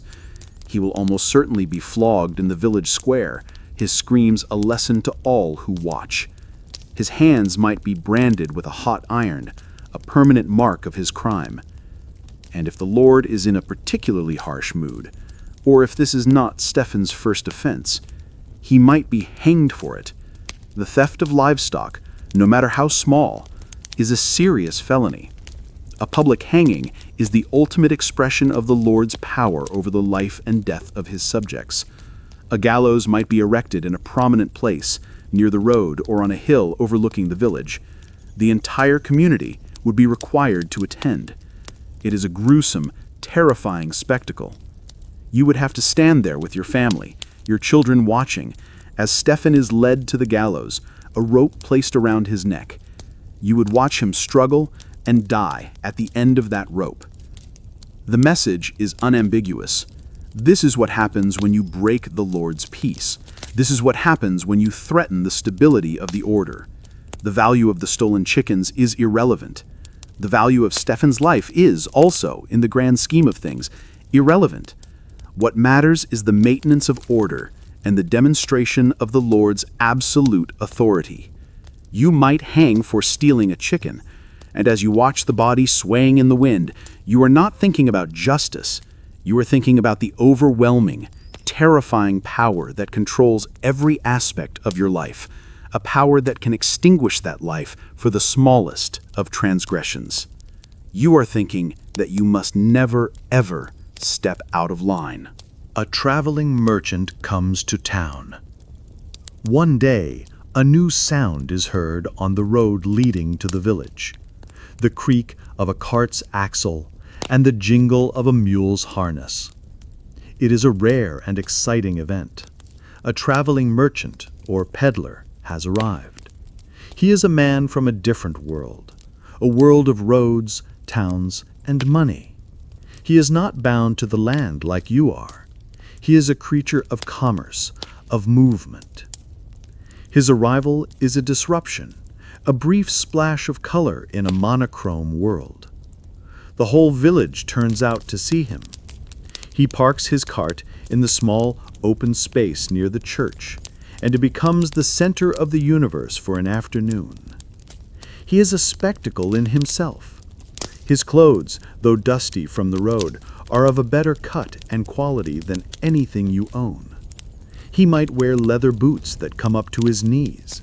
He speaks with a different accent, maybe even throws in a few words from a foreign tongue he picked up in a distant market town. But the real magic is in his cart. He uncovers his wares, and it is like opening a treasure chest. The sight and smell of his goods are intoxicating. There are things you see only once or twice a year, if that. There is salt, a precious commodity essential for preserving meat and adding flavor to your bland pottage. There are iron goods, sharp needles, sturdy fish hooks, perhaps even a few axe heads or knives of a quality you could never make yourself. There are bolts of cloth, not the rough linsey-woolsey you wear, but smoother wool, maybe even dyed in a rich, earthy color like russet or dark blue. And then there are the true luxuries, the things of myth and legend. He might have a small bag of spices from the faraway East. He opens it, and the air is filled with the exotic, unimaginable scents of pepper, cloves, or cinnamon.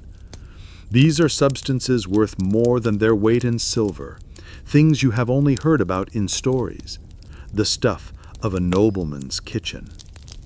He might have a small barrel of wine, or a few trinkets of jewelry, or a brightly colored ribbon that makes your daughter's eyes go wide with longing. The merchant brings more than just goods. He brings news.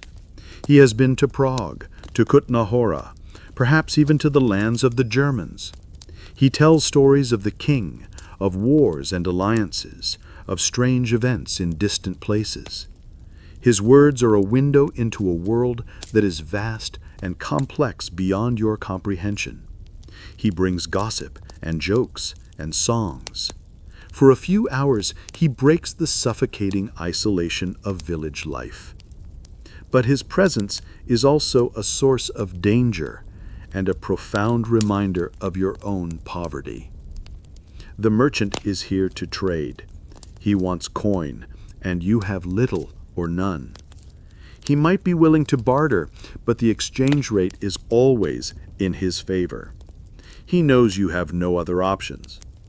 How many eggs for a single needle? How many days of your future labor promised to him for a small bag of salt? He will take a chicken, a piglet, a portion of your precious grain. You are forced to trade your survival for a small taste of the outside world. And he brings danger. Not all merchants are honest.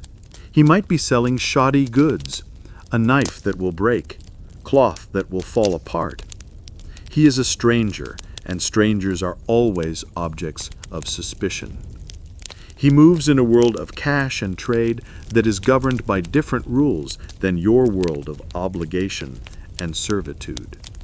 He might cheat you, and by the time you realize it, he will be long gone, his cart a speck on the horizon.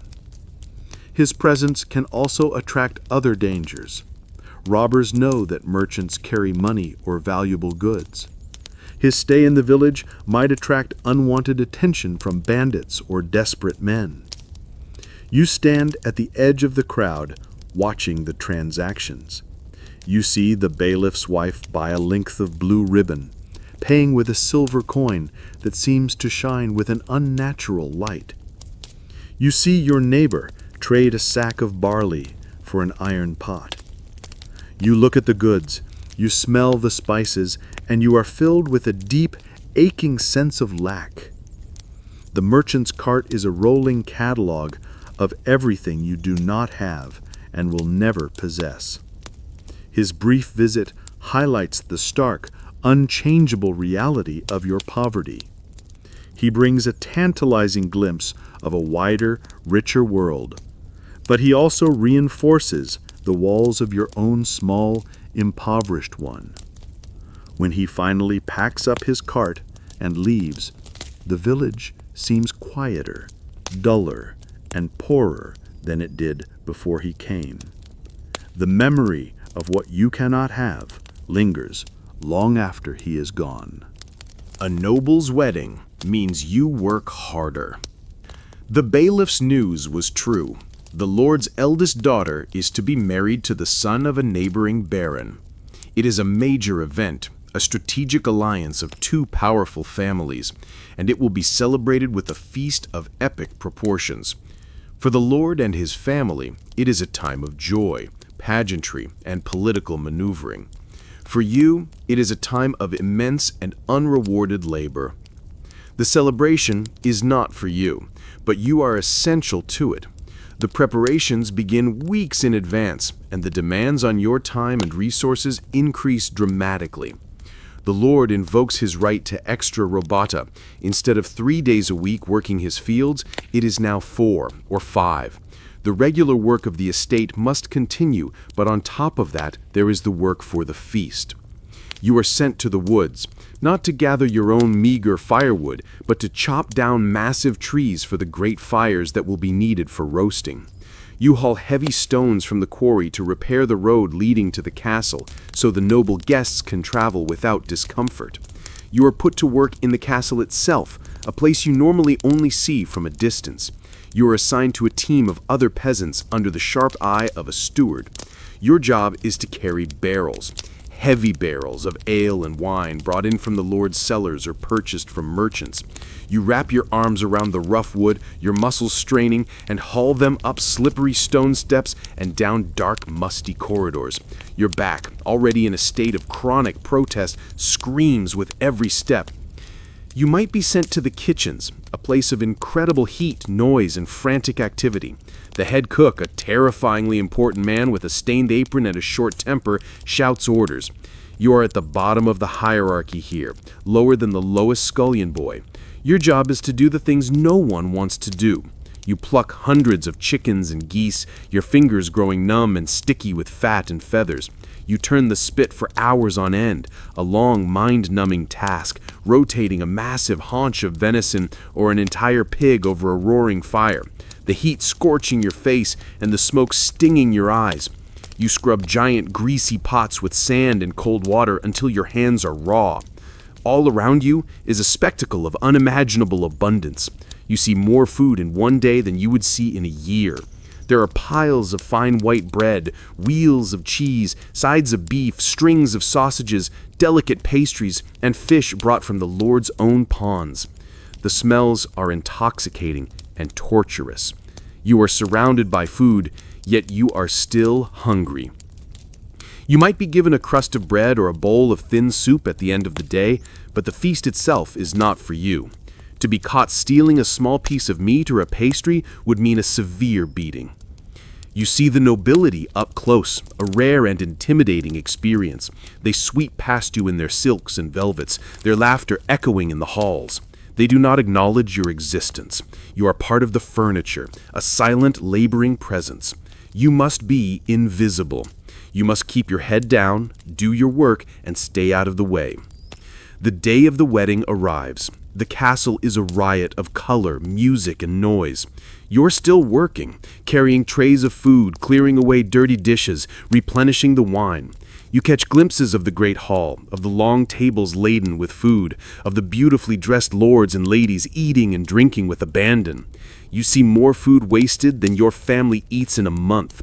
They eat until they are sick, and you are the one who has to clean it up. When your work is finally done, late at night, you are dismissed. You trudge home through the darkness, your body throbbing with a new level of exhaustion. You can still hear the faint sound of music and revelry from the castle. The celebration is not for you. The joy is not for you. The food is not for you. You have simply provided the labor that made it all possible. You have carried the barrels, scrubbed the floors, and turned the spit. The wedding of a noble has only meant that you must work harder, feel poorer, and be reminded more forcefully than ever of the vast, uncrossable gulf that separates your world from theirs. War may arrive without warning.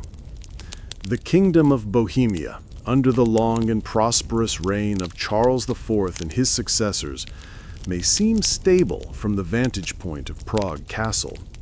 But on the fringes, in the borderlands where you live, peace is a fragile and temporary state. The borders with the German states, with Poland, or with Hungary are not always clear, and they are often contested. The great lords of the realm had their own private armies, their own ambitions, and their own feuds. War is a distant rumor, until suddenly it is not. It may arrive without any formal declaration, without any warning you could understand. It arrives as a column of soldiers on the road. They are not the Lord's personal retinue, nor a festive hunting party. These are men of war. They may be mercenaries hired by your own king, soldiers of a rival nobleman, or even foreign invaders. To you, it makes little difference who they are. They are an affliction, a plague of armed men. Their arrival brings a new kind of fear, different from the fear of the bailiff or the forester. This is the fear of chaos, of violence untethered from the familiar rules of your world. The soldiers need things, and they have the weapons to take what they need. They need food. They will not ask for it politely. They will descend upon your village like locusts. They will slaughter your pigs and chickens, empty your grain stores, and drink your ale. The concept of payment is a fiction. They might offer a worthless piece of paper, a receipt, but you know it is just a formality for theft. Your desperate attempts to hide a sack of grain or a side of bacon are usually futile. They are professionals at looting. Resisting is suicide. You can only stand by, helpless and silent, as they take the food you have worked all year to grow, the food meant to see your family through the winter. They need lodging. They will not ask for permission to enter your home. They will kick in your door and take over your small cottage, forcing you and your family to huddle in a corner or sleep outside in the cold. They are rough, brutal men, accustomed to violence. They will eat your food at your hearth, their laughter coarse and threatening. Their presence is a constant, terrifying violation. You fear for your wife and your older daughters. The threat of sexual violence is terrifyingly real and ever-present.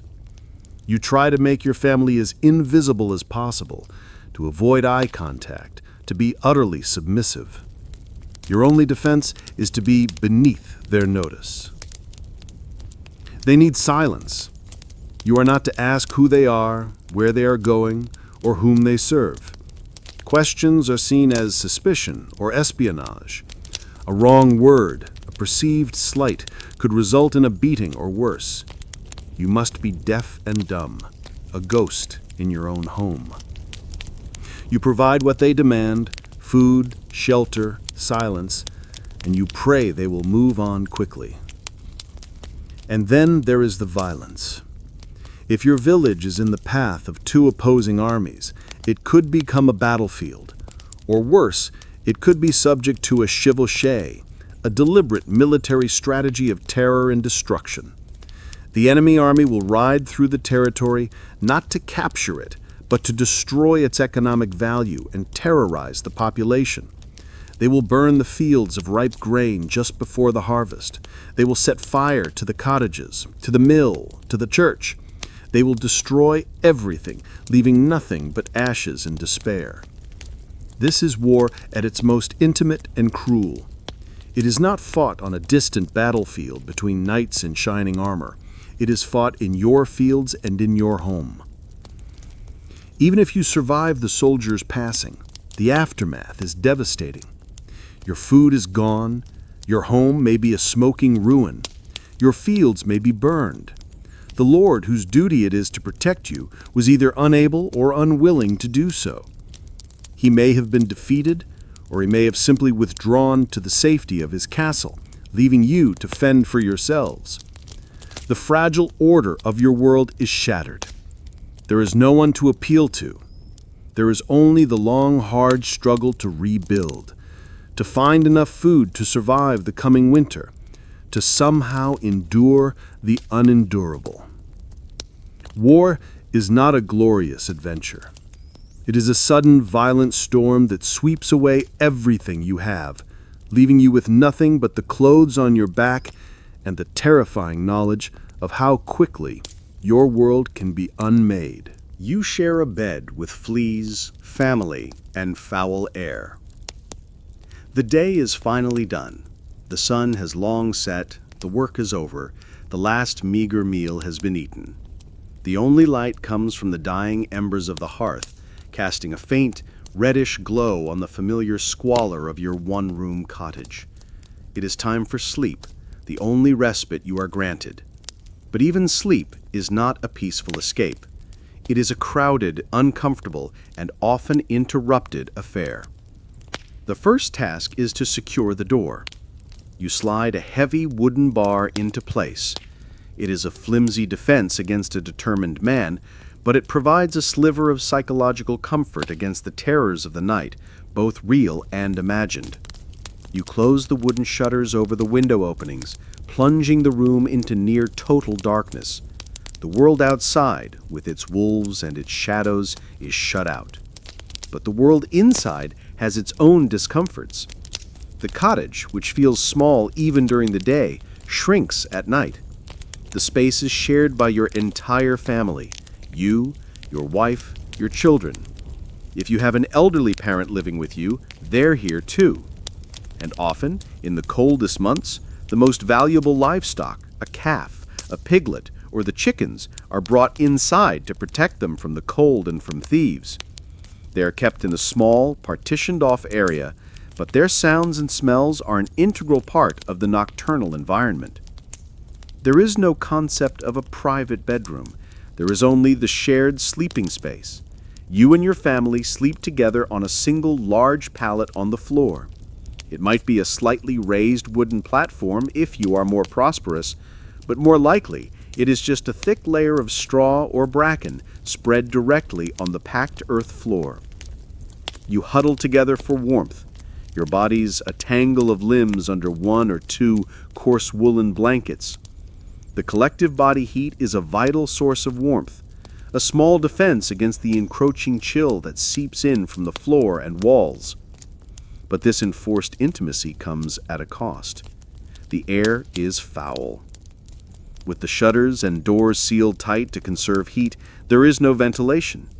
The small space quickly fills with the smell of unwashed bodies, stale sweat, bad breath, and the pungent aroma of the nearby animals. It is thick, heavy, and inescapable. You breathe it in all night, a close, suffocating atmosphere that is the very opposite of fresh air. The sounds are constant. Someone is always coughing, a dry, hacking cough that speaks of lungs irritated by a lifetime of breathing wood smoke. Someone is snoring, a loud, guttural rattle that seems to shake the very air. A baby cries out in the night, and your wife must soothe it back to sleep. You hear the rustle of straw as someone shifts position, the soft grunt of a sleeping pig, the whisper of a child having a nightmare.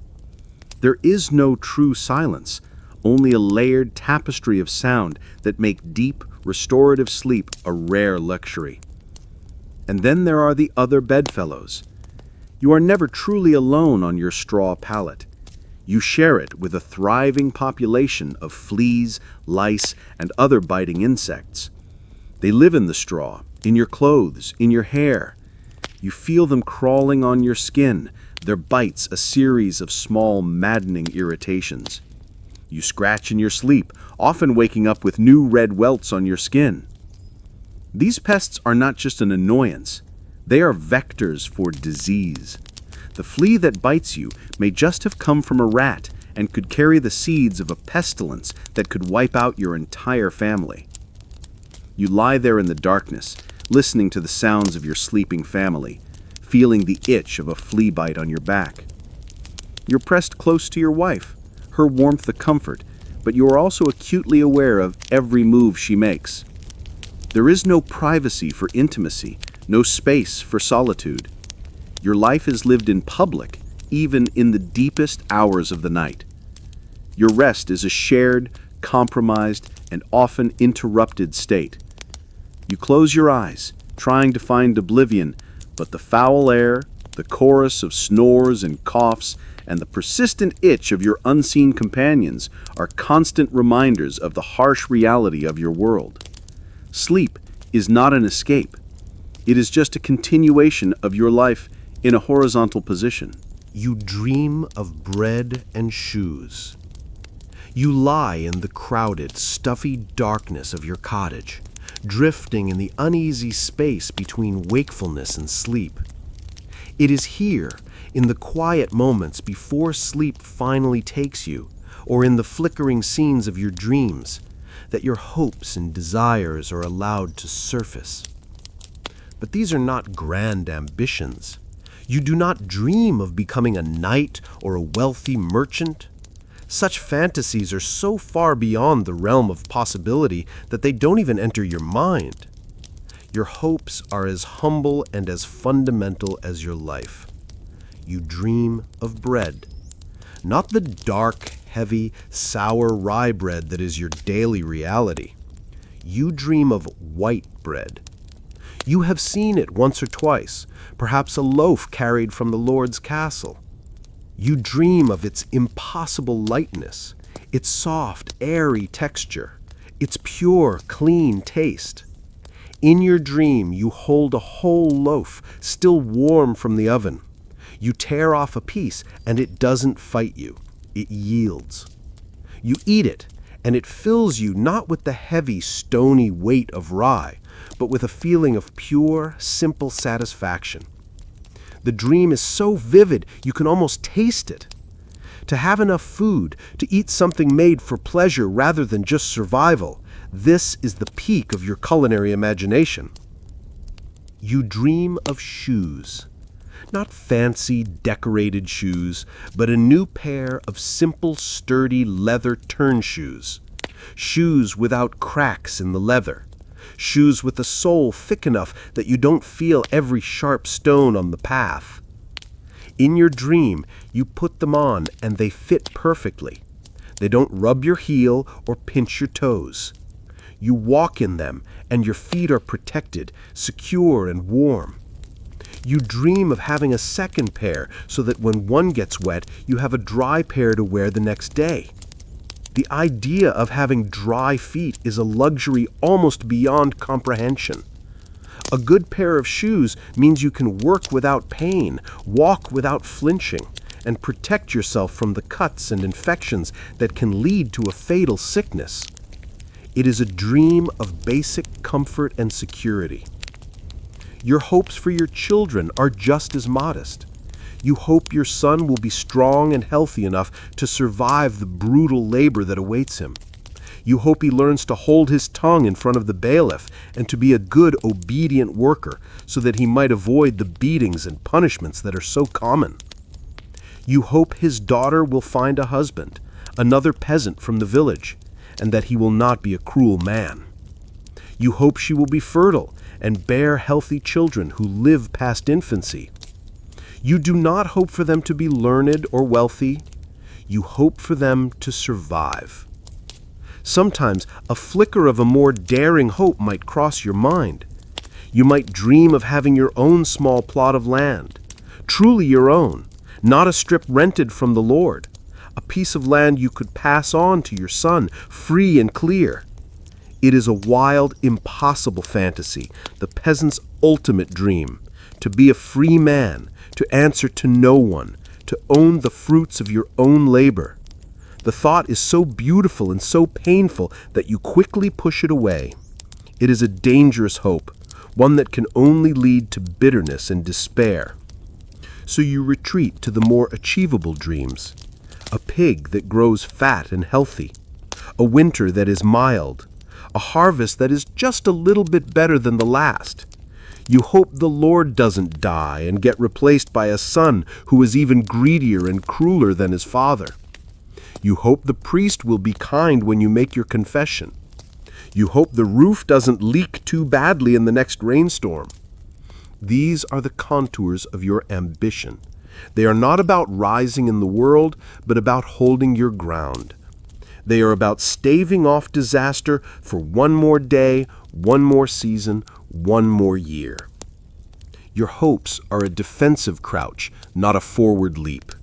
You dream of a full belly, of warm feet, of healthy children, and of a world that is just a little less harsh, a little less cruel.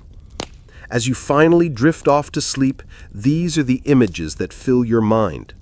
A loaf of white bread, a sturdy pair of shoes, the simple, profound, and almost unattainable treasures of your world. Your wife coughs blood, and the healer's gone. In the deep stillness of the night, a sound cuts through the chorus of snores and rustles. It is a cough, but it is not the usual dry, smoky cough. This one is different. It is a deep, wet, racking cough that seems to tear its way out of your wife's chest. It goes on, a desperate, violent struggle for breath. When it finally subsides, she is left gasping, a thin, whistling sound in her throat. You are wide awake, your heart pounding with a sudden cold fear. You reach out in the darkness and touch her shoulder. She is burning with fever. Her skin, usually cool, is hot and dry to the touch. She coughs again, and this time, in the faint glow of the dying embers, you see it. A dark stain on the back of her hand, which she had held to her mouth. It is blood. Panic, cold and sharp, seizes you. This is not a simple cold. This is something far more sinister. This is the wasting sickness, the consumption. You have seen it before. It starts with a cough, then a fever, then the spitting of blood. The person grows weaker and thinner, their flesh seeming to melt away until they are nothing but skin and bone. It is a death sentence, a slow, inexorable decline from which no one recovers. Your mind races. What can you do? Your first thought is the healer. Most villages have one, an old woman or man who possesses a deep traditional knowledge of herbs and remedies. They are the first line of defense against sickness. But the healer in your village, an old woman named Agnes, is gone. She was the one accused of witchcraft last year, the one they burned to cleanse the community. The village, in its fear and superstition, destroyed the one person who might have been able to help now. Her knowledge of poultices, infusions, and fever-reducing teas died with her. Your options are desperately limited. There are no physicians for people like you. Doctors are for the rich, for nobles and wealthy merchants in the towns. They study at universities, they read books in Latin, and their fees are astronomical. The idea of a doctor coming to your cottage is as likely as the king coming to dinner. So you are on your own, armed only with folk remedies and prayer. You know of some things. You can brew a tea from yarrow to try to bring down the fever. You can make a poultice of comfrey leaves to try and soothe her chest. You can keep her warm and try to get her to drink water or thin broth. These are small, desperate gestures against a vast and powerful enemy. You are like a man trying to put out a forest fire with a single cup of water. The only other recourse is the church. You can pray. You can light a candle to St. Roch, the protector against plague, or St. Luke, the patron of physicians. You can beg the priest to come and say a prayer over her. He will, for a small fee or a promise of a donation. He will sprinkle her with holy water and chant prayers in Latin, his words a shield against the demons of sickness. But you have seen this before. You know that the priest's prayers are often just the prelude to his performing the last rites. You sit by her side in the darkness, listening to her ragged breathing. You feel a profound and terrifying helplessness. Your strength, your ability to work and endure, is useless against this invisible enemy. You cannot fight it with an axe or a mattock. You cannot reason with it or appease it. It is a force of nature or a curse from God, and it is consuming the person you love from the inside out. You think of the future.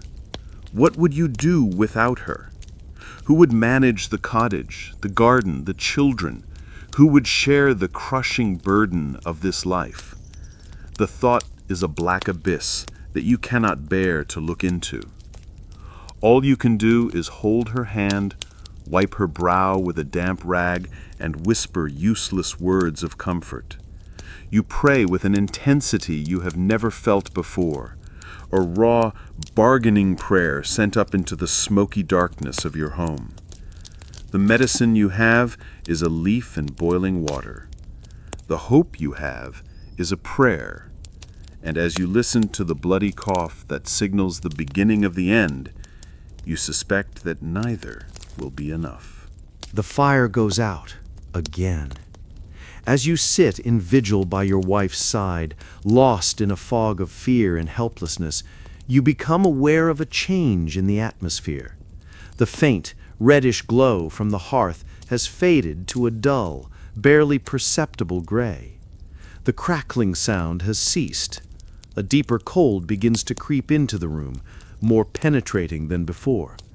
The fire has gone out again. The heart of your small world has stopped beating. The one source of warmth and light has been extinguished, defeated by the relentless, encroaching night.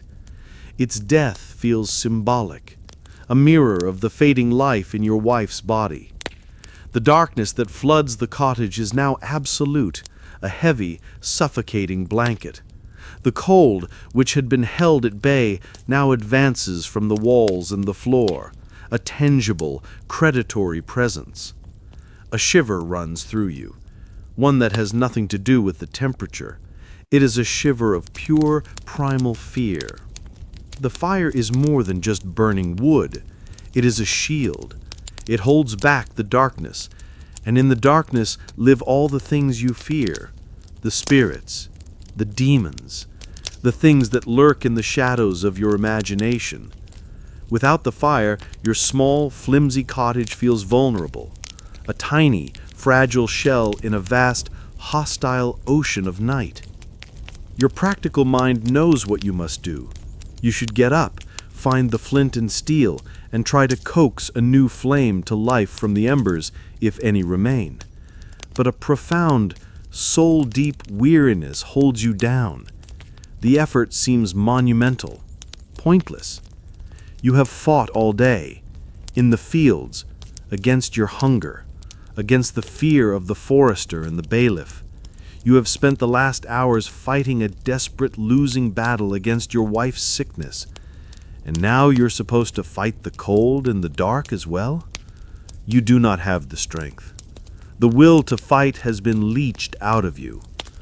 So you surrender. You give in to the cold. You pull the single, coarse blanket up higher, tucking it around your wife's feverish body and your own. You curl yourself into a ball, trying to conserve your own body heat. You press closer to your sleeping children, drawing a small measure of warmth and comfort from their small bodies. You're a small, huddled mass of humanity fighting a passive battle against the encroaching frost. You clutch the straw of your pallet. You can feel its rough, brittle texture in your hands. It is a poor insulator, a meager defense. The cold seeps into your bones, a familiar, deep ache that seems to settle in your joints. The air you breathe is icy, and it hurts your lungs. You can see your own breath again, a ghostly plume in the blackness. In this moment of cold, dark, and quiet despair, you feel the true weight of your life. It is a life of constant, repetitive struggle, of small victories that are always temporary. You build the fire in the morning. It goes out at night. You work the fields to grow food. The hunger always returns. You fight off sickness. Death is always waiting. It is a cycle, a relentless grinding wheel from which there is no escape.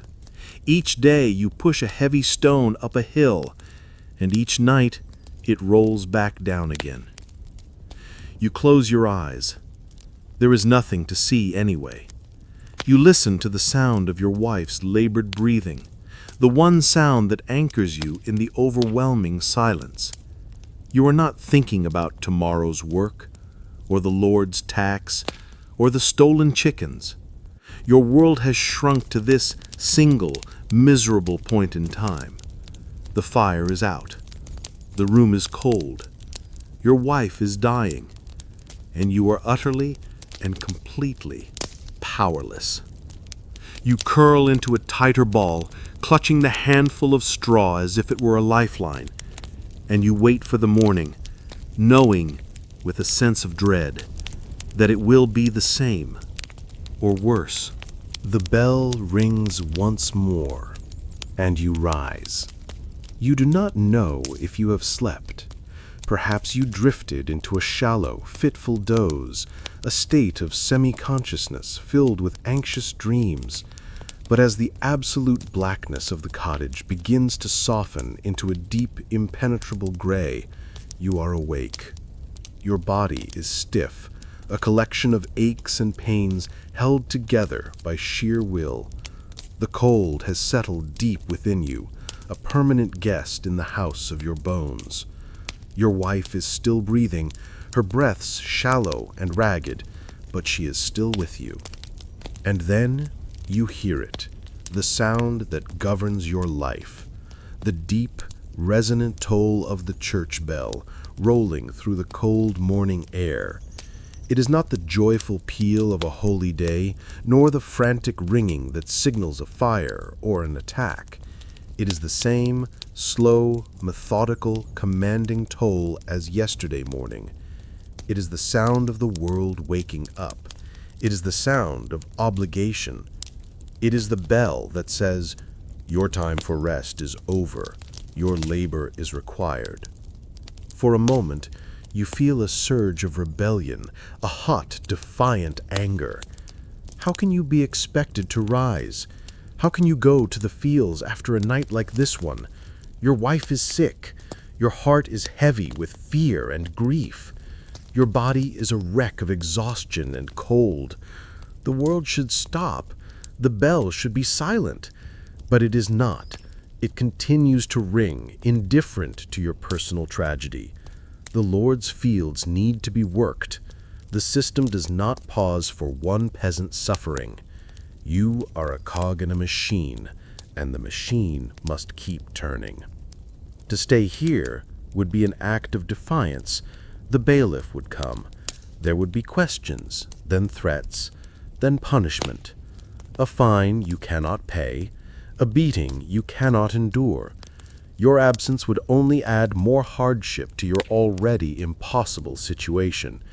It would put your entire family at greater risk. So, with a groan that seems to come from the very center of your soul, you rise. Every movement is an act of supreme effort. You push the blanket aside, and the full force of the morning's cold hits your skin. Your joints protest, creaking and grinding. You get to your knees, then slowly, painfully, push yourself to your feet. You're dizzy for a moment, the world swimming in the gray gloom. You stand there, swaying slightly. A man held upright by nothing more than the force of habit and the terror of the alternative. You have survived the day. You have endured the back-breaking labor, the fear of the forest, the humiliation of the bailiff, the injustice of the Lord's hunt, the constant grinding hunger.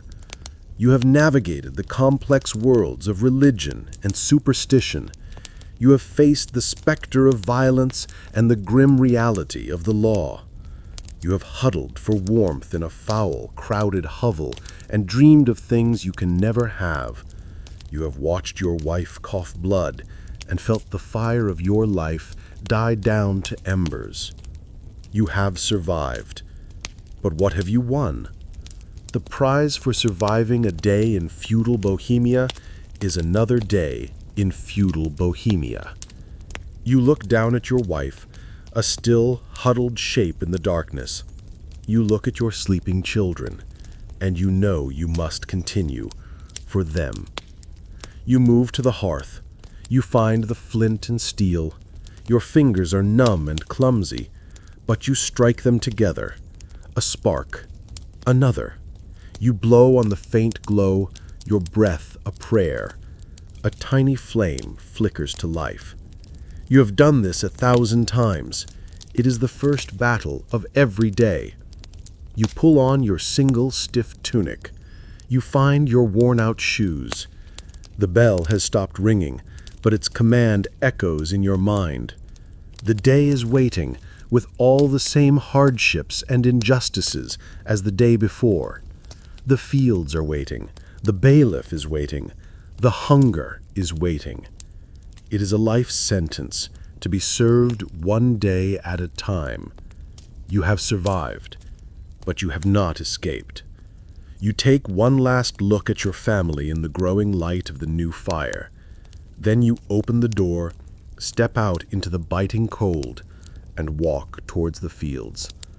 The bell has rung, and you have risen because you must.